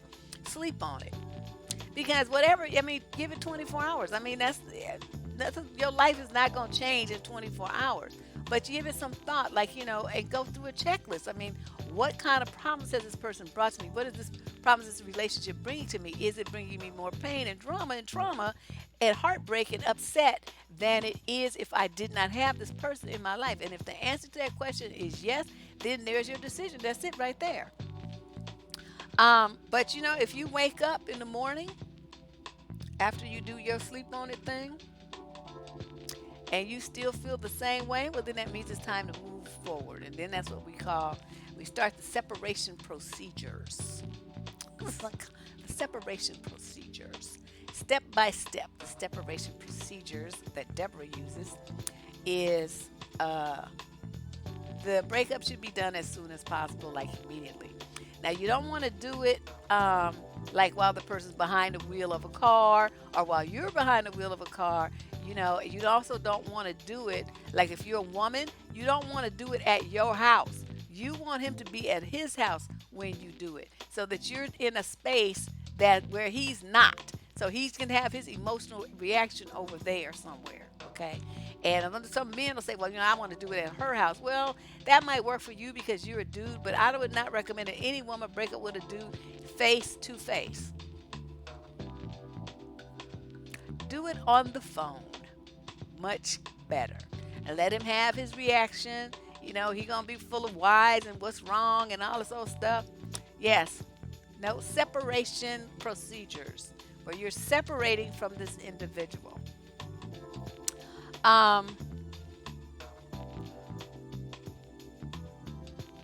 Yeah. That to me is the best way, the phone. Some people break up by text or they don't tell you nothing. They just change their status on social media like Facebook to single. And if you come, you thinking you have a boyfriend and all of a sudden they say single, you be like, oh, I guess we broken up. That's kind of fucked up, but you know what I mean? You get to have your reaction somewhere else, and that's the best thing for a woman to let him do that over there somewhere. Step 2, do not answer his calls or take his messages, respond to his messages, respond to his texts, anything for at least 90 days. Because you want to have him, see, really, I'm like forever, but I'm throwing a bone out there to those that maybe have, maybe you have a kid, I don't know, whatever. But anyway, you need to put some space between the two of you. And that is best done by going, the cold turkey and then no contact. So you have a situation where you guys are broken up. So, people want to hang out. They want to, quote, be friends. And they want to still talk and be all in each other's business and all of those shit. I don't understand what that's supposed to be about. That's inappropriate. You broke up with the person. You're broken up, okay? Act like it. So he's over there. You're over here. The two shall not meet. Okay, so you don't stalk his social media page. You block him from yours. You change your phone number if you need to, or block him from calling you. You shut it down on social media so he's not your friend or anything like that. Anybody who was his friends, who's friends of yours, you unfriend them immediately. You go through the proper. These are the separation procedures. That's what I call them, where it's like a checklist of things that you do to put up barriers and remove this person from having access to you. Okay, if you change your number, you do not give it to any friends that are mutual friends. Really, like I keep telling y'all, get you a Google phone number. How many times have I said this? Get you a Google number, and that's the number that you give out to people that are not like your mother.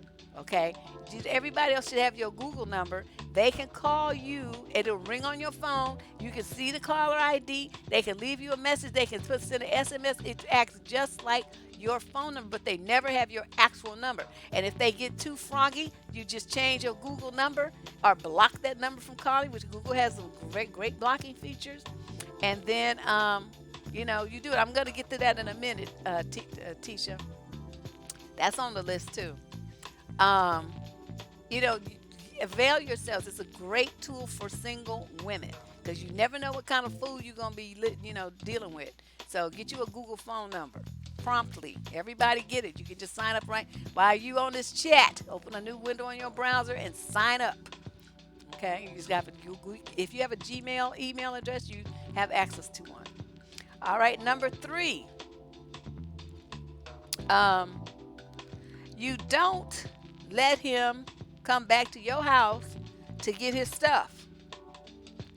When you drop off his stuff, you do not accept his invitation to go inside the house. Ideally, you would have someone that pick his stuff up, or you would have someone that you know drop his stuff off at his work.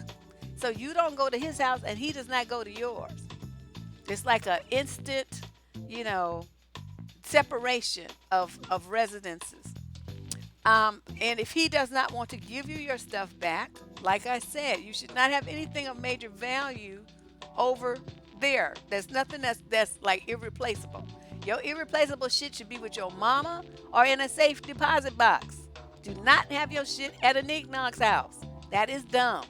Okay, you want the shit that you have at his house to be some shit you can just go like, okay, and then go buy some more at Macy's or wherever you shop. You know what I mean? You don't do that. I don't care if it's a whole house full of shit because y'all was living together. You know what? Just like you got that shit, you could get some more. New dishes, everything. You can order the shit off of Amazon. Be sure to use my link on blacksgoingvegan.com though before you go to Amazon.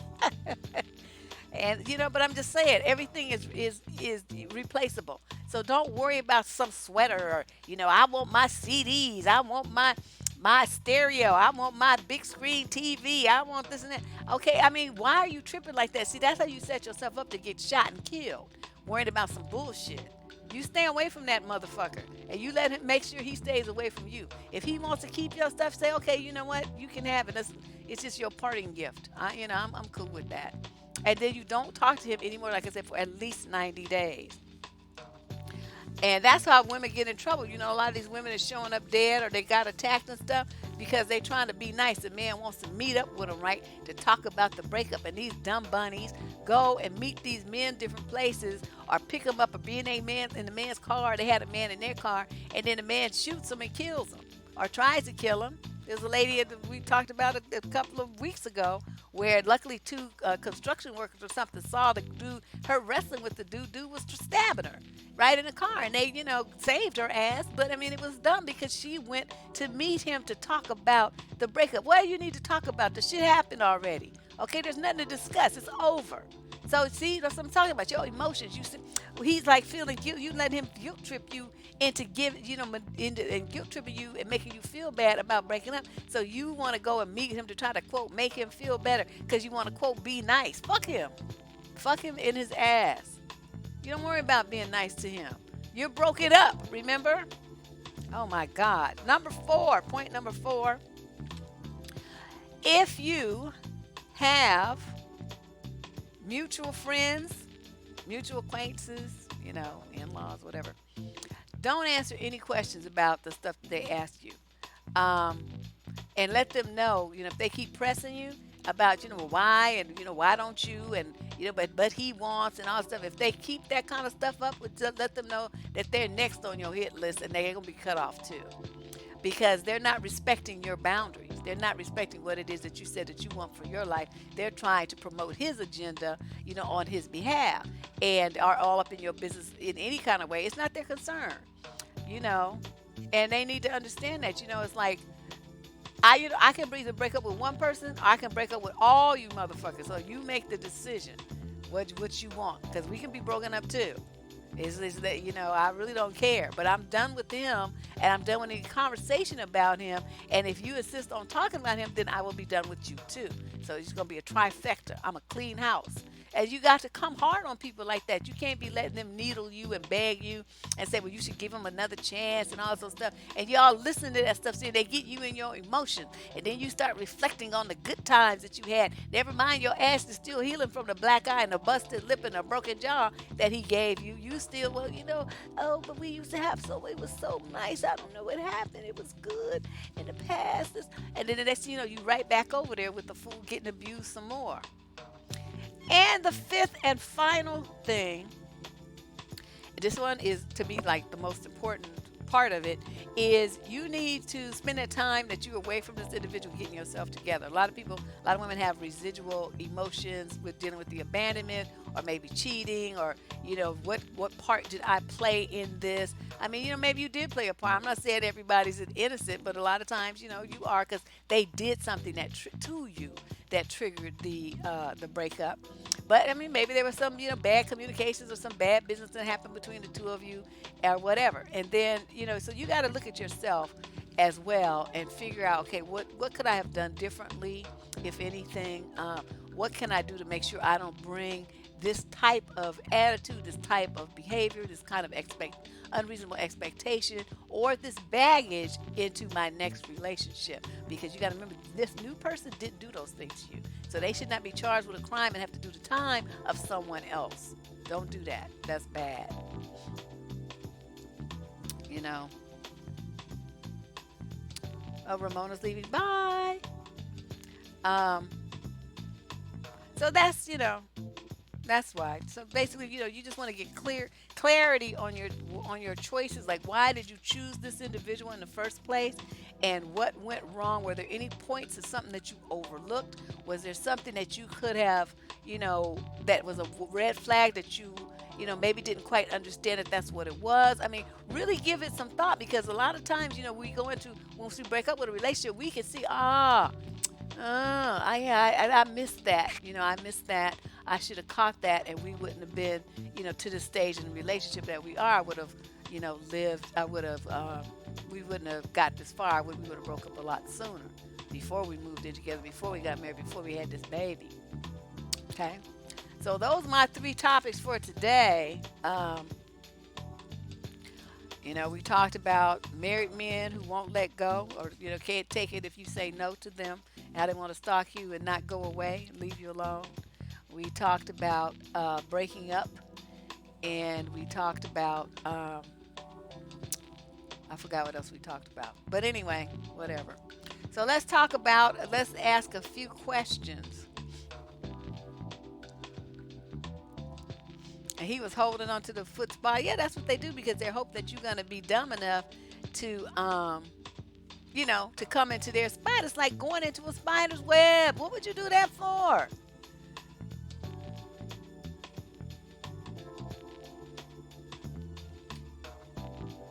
Oh, wow. I'm just reading this thing that somebody put up here about the woman getting stabbed. Well, that's how they do. They can't stand it. To be the rejection thing with these dudes, they're so freaking emotional, like toddlers. Yeah, girls, you can buy that new foot spa. You can buy another. Kids will never know the difference. Tisha says, how long should you wait to move on from the breakup and start dating again? Once you do this work that I just described. Some people they're gonna cry longer or something. Me, I don't. I'll be like, well, because I've already made the decision to end the relationship while I was still in the relationship. So once I take the step out the relationship, I'm done. My grieving period is over. And, you know, I'm not necessarily ready to date anybody else, because usually I just need a breather. I need some space. I need some time. I don't want to be bothered. Men are too demanding. They always want something. You always want to talk. I'm really I talk a lot on these shows. But in general, I'm a loner. I spend a lot of time by myself. I don't really deal with a whole bunch of people, like on a personal level. Like when my phone rings, I pretty much know who it is. It's like one of maybe 5 or 6 people. I have a very, very small social circle. So, that kind of thing, I would probably retreat back into my writing or whatever and do what I want to do with myself for a while before I decided to, venture back out. But I'm going to go through that assessment, like I said, to see if there was something I missed. Was there any warning bells, a red flag? Did he say or do something? I'm going to micro analyze everything that happened, I remember, and figure out where I went wrong and why this happened the way that it happened. Sometimes it's not that you did anything wrong. It's just, you guys just liked each other, and then you stopped. Things just kind of like, it might be a mutual breakup. You're still friendly, what I mean? Not friends, but friendly. There's no animosity. You just decide that, you'd be better with other people. That happens too. In which case the self-assessment part doesn't necessarily need to be done. Yeah, they demanding. I want some shit. That shit gets on my nerve. Do it for your damn self. Yeah, Leos, they're like lions. I mean, I have my pride. You guys, I guess, are part of it. And then that's, that's it. But generally, lions are just, the male lions anyway, just kind of by themselves. They don't be tripping. Yeah, I turn into a complete fool. My daughter knows. If I say leave me alone, she runs to her room and closes. I'm like, you better leave me alone. And I put that tone in there, honey, she flees like at high speed into her room and closes the door, and I don't see her after the rest of the day. So by the time she comes out, I'm in a better mood. I've had my alone time. I've watched my Korean dramas, laughed my ass off, had me a couple of glasses of wine or whatever. I'm cool. Um, do you have a video about the inner work a woman should do in between relationships? I do not. So send that to me as a suggestion.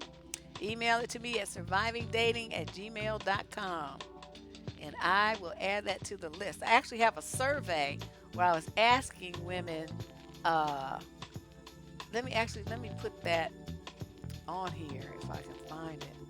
I have a survey on the wall, the channel wall, and it has oh shit, what is this? I don't know what this is. Let me get it out of my Google Drive. You laughed, girl. That might have been something funny. You just never know. I'm not gonna say a word because I am a terrible person sometimes. So I'm gonna leave that alone. Oh, we got a lot of responses. Let me see. How do I get the link here?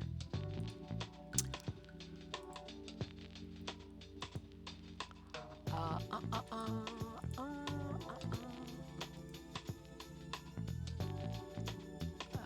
no, that's not it.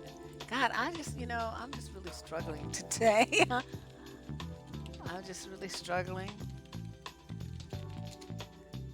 and I don't know why. What I'm trying to do anyway, so in case you're confused and want to know why I'm over here tripping. It's a topic survey. Here it is. And what I would like you to do, all of you who have all these wonderful ideas, please put them on this survey.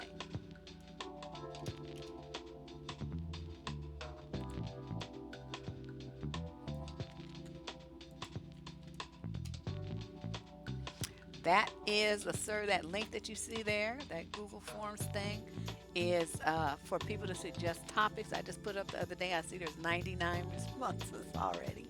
So y'all been coming through. People have a lot of thoughts on that.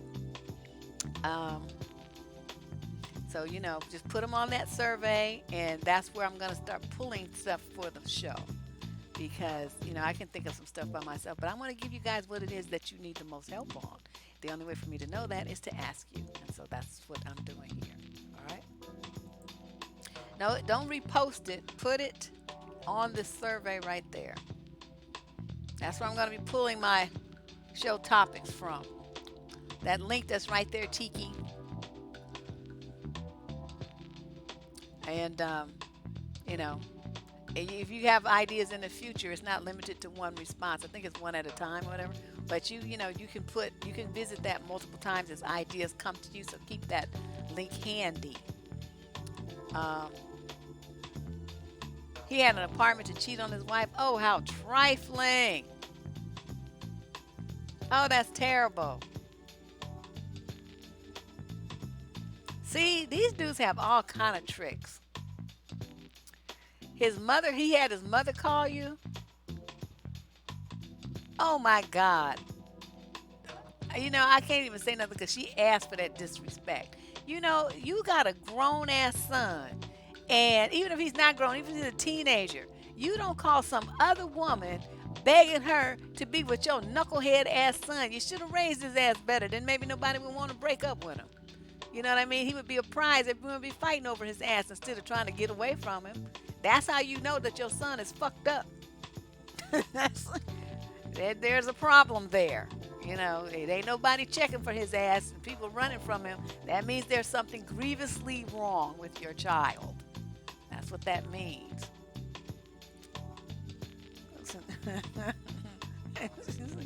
He said, I love you, and you laughed at dude. That's funny.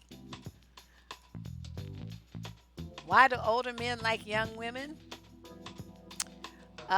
We talked about that. I have a video called "There's No Fool like an Old Fool," and I talked about that. That question is answered. You can go to the channel and just in the search box on the video page, just type in older men, younger women, or something like that, and it'll pop up. There's a 30-minute discussion on it. give you every bit of information you ever thought you wanted to know, probably more. When you turned off from men, period, up, put it on the form. Put it on the survey. There's the link again, right there. I mean, it's not hard to do because they just, like I keep saying, it's culture. It's our culture. Our culture is fucked up when it comes to how black boys are raised and socialized to think about women and relationships and marriage and commitment. It's seen as something to run from and to avoid and to ridicule and to use it as a tool to manipulate women, to convince them that I want to be your husband, I want to be committed to you, and then they turn around and they break your heart using that very thing that they got you with. It's very sad. And like I said, I think the thing that disturbed me the most was seeing that video of the five men. What it was, Ask a Black Man, I think was the title of it. Seeing them talking about this guy's wife, desire to protect his wife, and how they ridiculed him. That told me, I mean, I already thought that, but that video just sealed the deal. It's like, wow, and these are representative, supposed to be like some quote good black men, professional, educated, college educated, working in, like legal field and medical field and all, I mean, these brothers are supposed to be having the ones having it going on. And they were just trifling, just two-bit pieces of shit. And so it's like, what are you supposed to do as a woman? At some point, you're gonna keep meeting guys with this mentality, which is hard to get away from because this is our culture. Okay, and the wider culture, they talk about the United States and the whole world has a quote rape culture where a sexual assault of women is condoned. Violating women's space, violating women's bodies is something that they expect to have the right to do. And, like if we complain about it, we don't want it, or we fight back, then suddenly there's something wrong with us. So it becomes a very interesting dynamic for women. I'm not sure ultimately what we can do about it but I do know that the more and more women are eschewing marriage. More and more women are seeing that as the joke that it really is and not really being interested in it, which is sending men into a panic. So they're talking about, well, we're going our own way and this and that. It's like, motherfucker, I wasn't nobody checking for you no way. That's why you became a MGTOW. You got the shit twisted. You wanted a woman. They didn't want you. You became a MGTOW, and now you're talking about we're going our own way and you're going to be single with cats. No, we prefer cats. That's why we would mess with you in the first place. You got the shit all twisted up in your head. It's not which came first, the chicken or the egg first. The egg came first, and the egg was women to rejected you. They didn't want you. Okay, then you hatched into the little chicken head that you are, and then you want to be mad over there somewhere about nobody wanting your little tired, funky, funny looking ass. Oh my God. Yeah, that's part of it. They're easier to manipulate, but you also have to factor in the men. The fact that men stop maturing at around 12. So, the majority of them. There are exceptions, of course. But, 12, 15 years old, their minds don't get any better than that. So whatever way, ladies, you have socialized your son to be mature and accountable and responsible and all this stuff, that is as much as he's going to get. Let me tell you about what I saw on Facebook the other day. I posted, I found this article about a grandmother, 75-year-old grandmother who shot a grandson in the leg because he had put some wet on her table, on her wood table. She told him not to, to take it off. And so he goes and he pours the tea out, and then he comes and gets another glass of tea and puts it right back on her table. Granny gets up, go in her bedroom, come out with a gun and shoots that little motherfucker. So then they arrested her and all this stuff. And so I put it up there because I thought it was a wonderful thing. I told you guys I used to work for Adult Protective Services. I've seen some shit on how these grandsons and sons and daughters treat the seniors. So to me, what she did was warranted. And there was a bunch of women on there that didn't get it. And I said, okay, this is the problem right here. We got women who are mothers of sons and they don't fucking get it. Okay, so you're gonna be the women that we saw in APS whose sons come in to take your fucking house over. Okay, so this is what they were saying. So, that's too much about a table. That punishment far exceeds the crime. He just put a cup on the table. It's like, no, you don't even get it. This is the real deal here. Those are people who are simple minded. They only look on the surface. When you have a teenage boy who's almost a man in the home of a female elder, and that elder tells you not to do something in their home that could damage their property, you're supposed to listen. That's respect. When you have a situation where you don't not only don't listen, but you go and you do the same shit again that they just told you not to do, he deserved that shooting, and she should have shot his ass twice.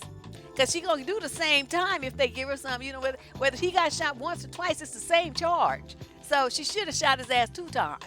And it's like, they didn't get the fact that you cannot have a boy who's about to be a man in the home of a senior who's vulnerable and weak and aging, doing what the fuck he wants to do to her. They didn't get that though. She told him no. It's just like young girls tell a boy, no, I don't want to have sex with you. And he insists on doing what the fuck he wants to do. They need to be shot, and so did this kid. I bet you his monkey ass won't do that again because he knows Granny was ripping him a new one with a bullet.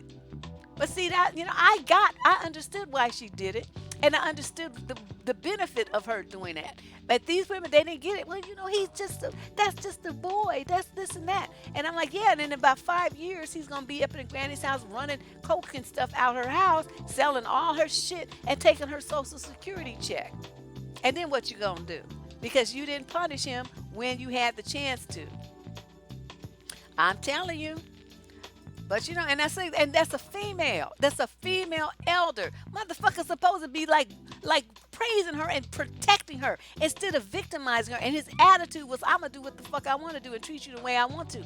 They didn't understand that that's the bottom, that's the foundational basis for any further negative treatment that he would have of her, not only her but his own mother. See, and so Granny shot his ass. I thought, yeah, it was beautiful. I was like, shit, I want to put this on. I wanted a video of that shit so I could put it on repeat. But, this is how we have to handle the boys. You guys can't be so lenient with them and so protective of their little asses. They do some egregious behavior to a senior. The shooting was good, but let me if that had been my son, I went to the hospital and beat the shit out of him right there in the hospital bed and gave no fucks. It's like, how dare you gonna treat my mama like that? Boy, I will stomp you. Wait till you get out this hospital bed, because where I can knock you to the floor where I can get to you. I'ma stomp the fuck out of you for doing that. But yeah, it is. It is their fault because they encourage this kind of behavior. They teach it. Like, even if the mom does teach the child something, there are gonna be people who are trying to get the child to do something else, and that's where you have to stay on your kids as a parent. You can't let up for a second. You cannot let them make any kind of decision. You got to constantly run interference, and if they hear some stuff from out in the street, you got to constantly reprogramming them. Well, yes, that might be like my daughter was like that too. Well, we lived in a white area, so she come on telling me what these white parents let their kids do, and I had to remind her, look at this face here. What color is this right here? And then she, starts stuttering. I'm like, okay, because what white kids do, that don't mean your ass gonna do it because your mama ain't white. So we don't have that expectation here. You talk to me crazy if you want to, I'm gonna knock your teeth out. I'm not gonna be like, oh, Johnny, don't talk to mommy like that. I said, the next thing you know, you're gonna pick us the teeth up off the floor, because I'm not tolerating that shit. And so she was just like sitting there looking at me blinking like this. She wears glasses. She's like, blinking. I'm like, make sure you understand that. That ain't your mama. I'm your mama, and I will kick your ass. So you try that shit here if you want to.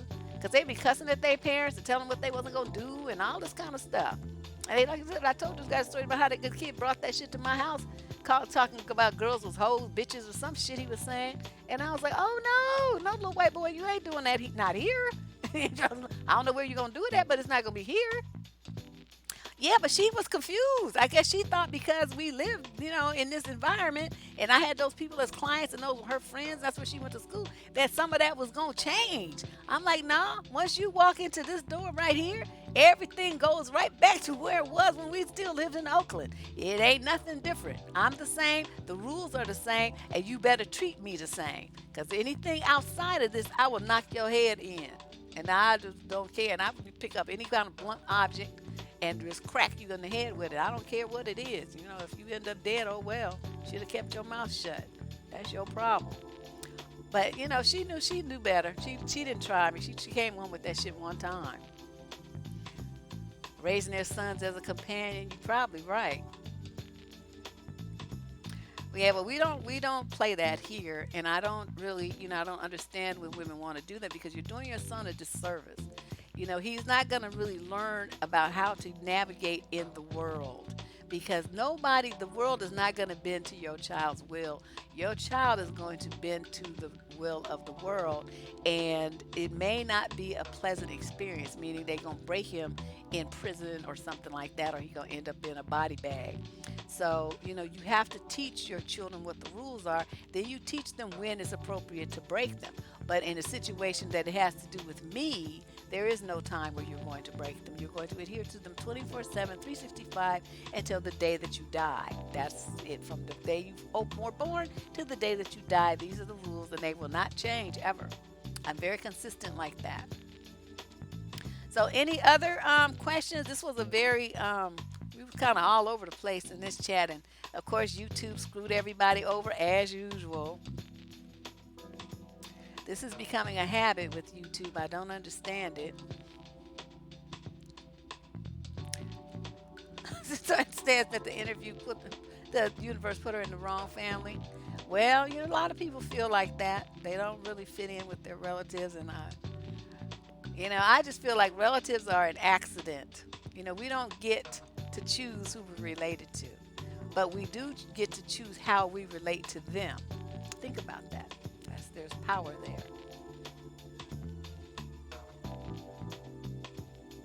You a boss because you wasn't allowed to be a bitch? Yeah. These kids, these girls, yeah, the girls be talking to their mothers all kind of crazy ways.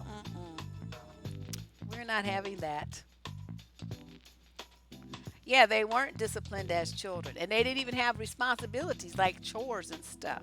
They weren't made to get jobs. They weren't made to be productive, like contributing to the household. They get to sit around and play video games all the day. They don't do any dishes. They don't clean the bathroom. They don't do even clean their rooms most of the time. Their parents don't make them do anything. And so these kids grow up with this vast and overwhelming sense of entitlement, and then they get out into the world and they expect people to treat them like mommy and daddy did, or just mommy if they're, in that situation. And it's not like that. So they get their head bumped. They get their feelings hurt. It's not like that in the real world. You have to learn how to fit in where you fit in. And, other people are going to have different experiences. They're not going to see things the way that you did, and they're not going to have the lifestyle that you have. There's a lot of missing tolerance in the United States and acceptance for what's different. But, there's certain things that I feel like, you have to do as a parent, no matter what your culture is, and that is teach your sons responsibility and accountability. Every child past the age of 7 needs some chores to do in the house. Every single one. And the older they get, the more they should have to do. As a parent, if you're a working parent, you have teenagers at home, there should be no chores that you're doing other than maybe buying the groceries because you don't want to be with the car. That's it. When you come in the house, go get them groceries, put them up, somebody start cooking, clean them dishes, clean that floor, clean that bathroom, do that laundry. But you as a parent, you got a few years to kick back because you've done your work. The kids need to be doing all that. What question? I must have missed it. I'm sorry. Yeah, I could probably answer it if it's a quick one. Uh, I'm scrolling up to see if I see one. Man, it must be way up here. I'm not seeing it. Well, just type it again and let me see.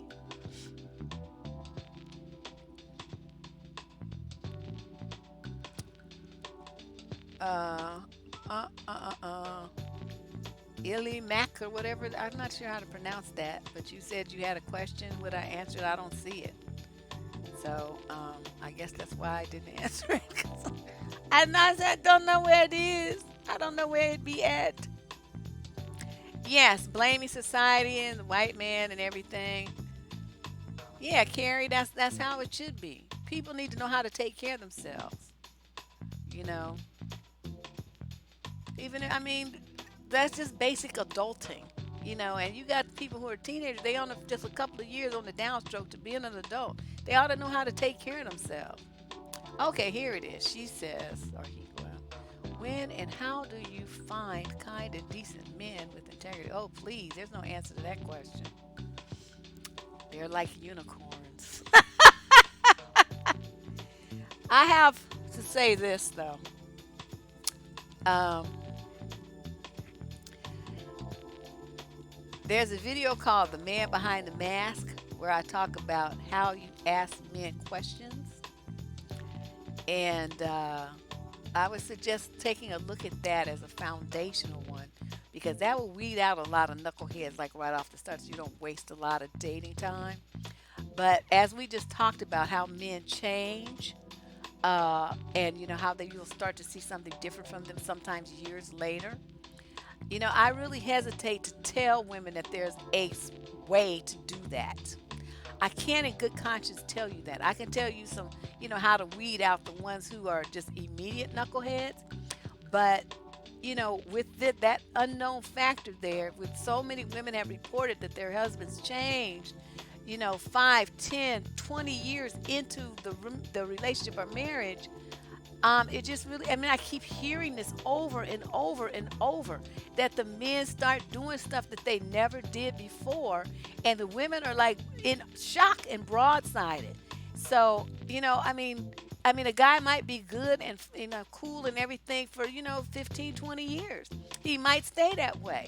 But then there's too many women that say, well, he was good and cool until that day happened when he wasn't, and then now everything's all fucked up and we're in divorce court. So, weeding out at least you can weed out the immediate knucklehead so that you have a better chance of finding somebody who's got some sense. But I can't guarantee that any question that you ask, any vetting that you do is going to guarantee that this man's going to be what you think he's going to be and that he's going to be that for the rest of his life. I can't do that. I can't. It's a gamble. I've just been doing this too long and I've seen too many sordid stories about men doing the bait and switch thing. It's just really shocking. You feel like your window's closing? Well, you want to just get rid of that aspect of just for the experience. You can do that. That ain't no big deal. You have a good a good male friend, I'm sure he'll help you with that issue. But yeah, it's seriously overrated.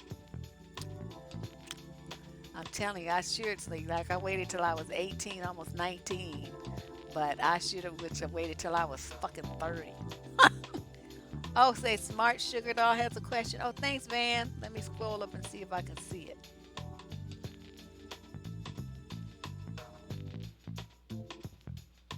I'm looking.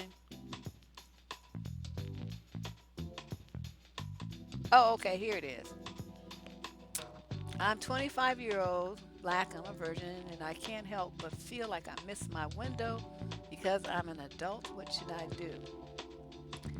Well, it depends. You have some options here. One is, you could, like I just said, if you have a good male friend, he can help you with that problem. If that's, the main concern, you just don't want to be a virgin anymore. You just want to experience, see what it feels like to have sex. You can take care of that. And like sensible sister says, most dick is trash. Oh, these dudes. Ugh. I don't know who teaches them how to screw. That's the main thing. Who teaches them how love making is supposed to go? It's like there's some major disconnect. It depends. Like I said, if you're looking to do it because you want to be, do it only with your husband or something like that, you might run into a trouble. But I would suggest if you have the money, get you a passport. Take your ass to Italy.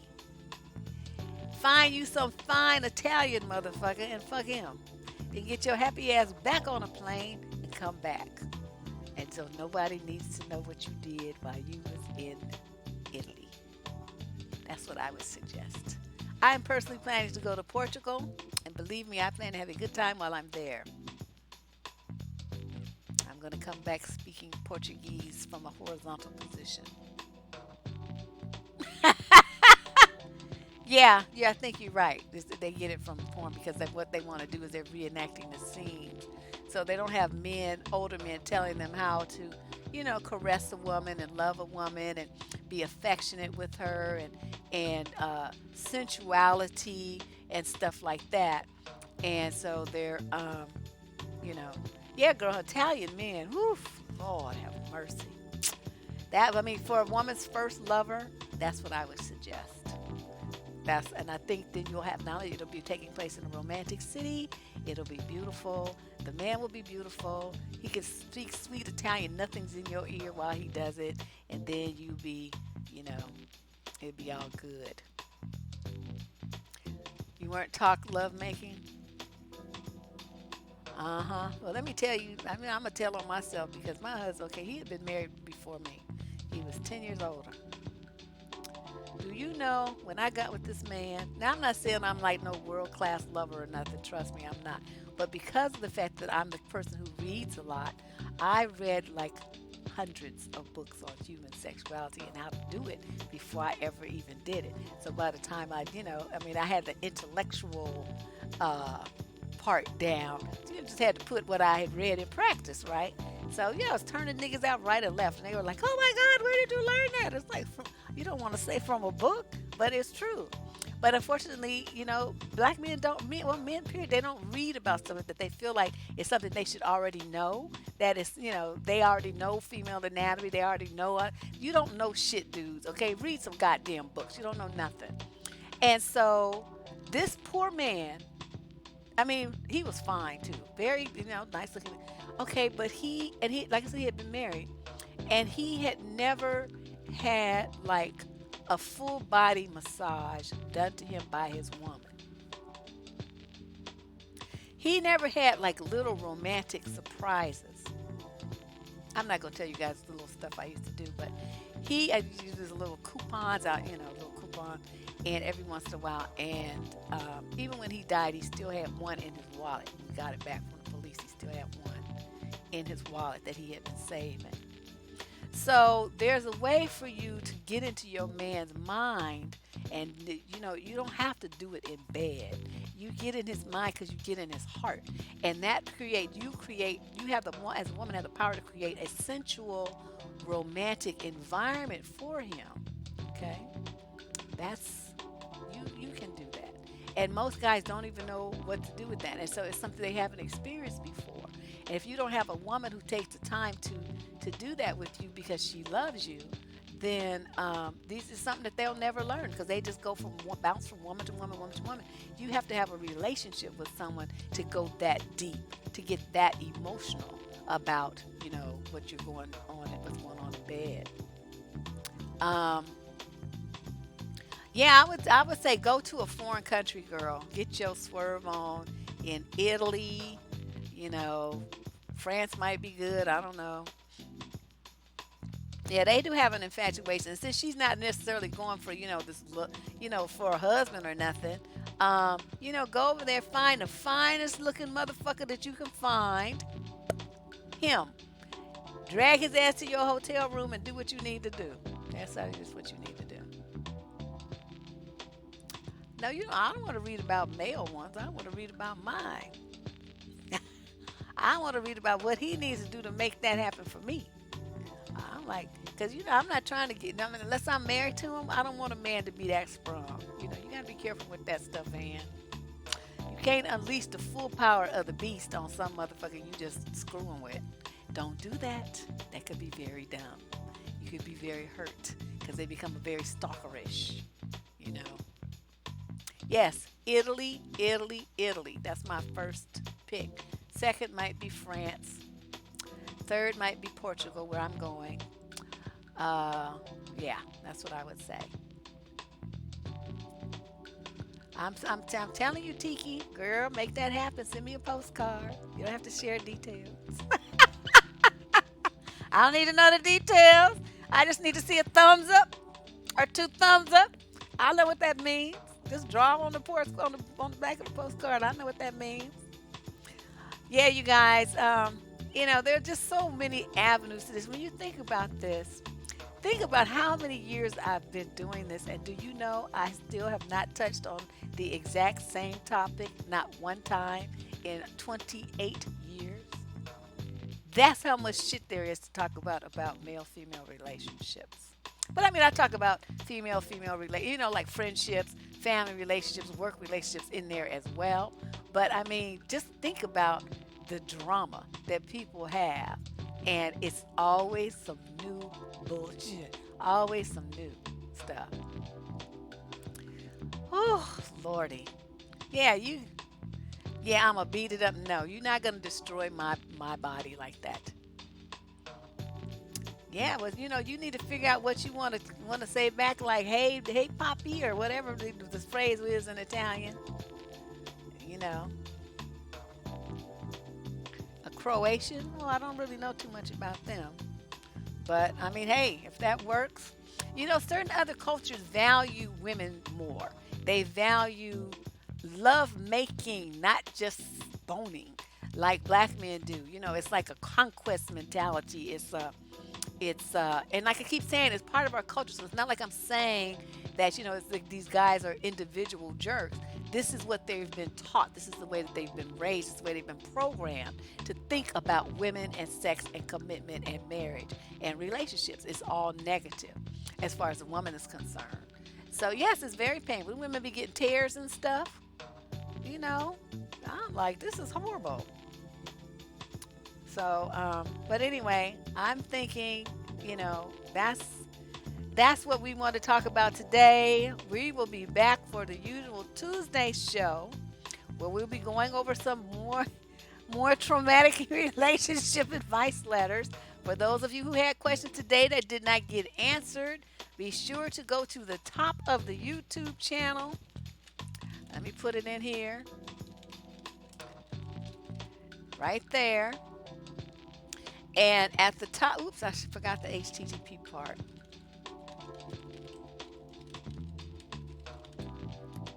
There we go. And go to the top of the page, and you'll see that little button that says Get Advice. And that's where you want to submit your advice question. It'll take you to the advice submission form. Just fill everything out. Click the little box that gives me the ability to put it on the channel. And then your question will have a good chance of getting into the weekly advice column. And then I'll see you guys then on Tuesday. We're here at 6 o'clock sharp, 6 p.m. Pacific time. That's 9 if you on the East Coast. That's Tuesday. And then we're back on Thursday for Tough Topic Thursday. And then, be sure you subscribe, become a follower, because I'm known to do pop-ups. I'll just get an idea and want to be on the air, and I'll just show up. So become a subscriber, click that bell symbol, and I'll see you guys on Tuesday. Bye-bye.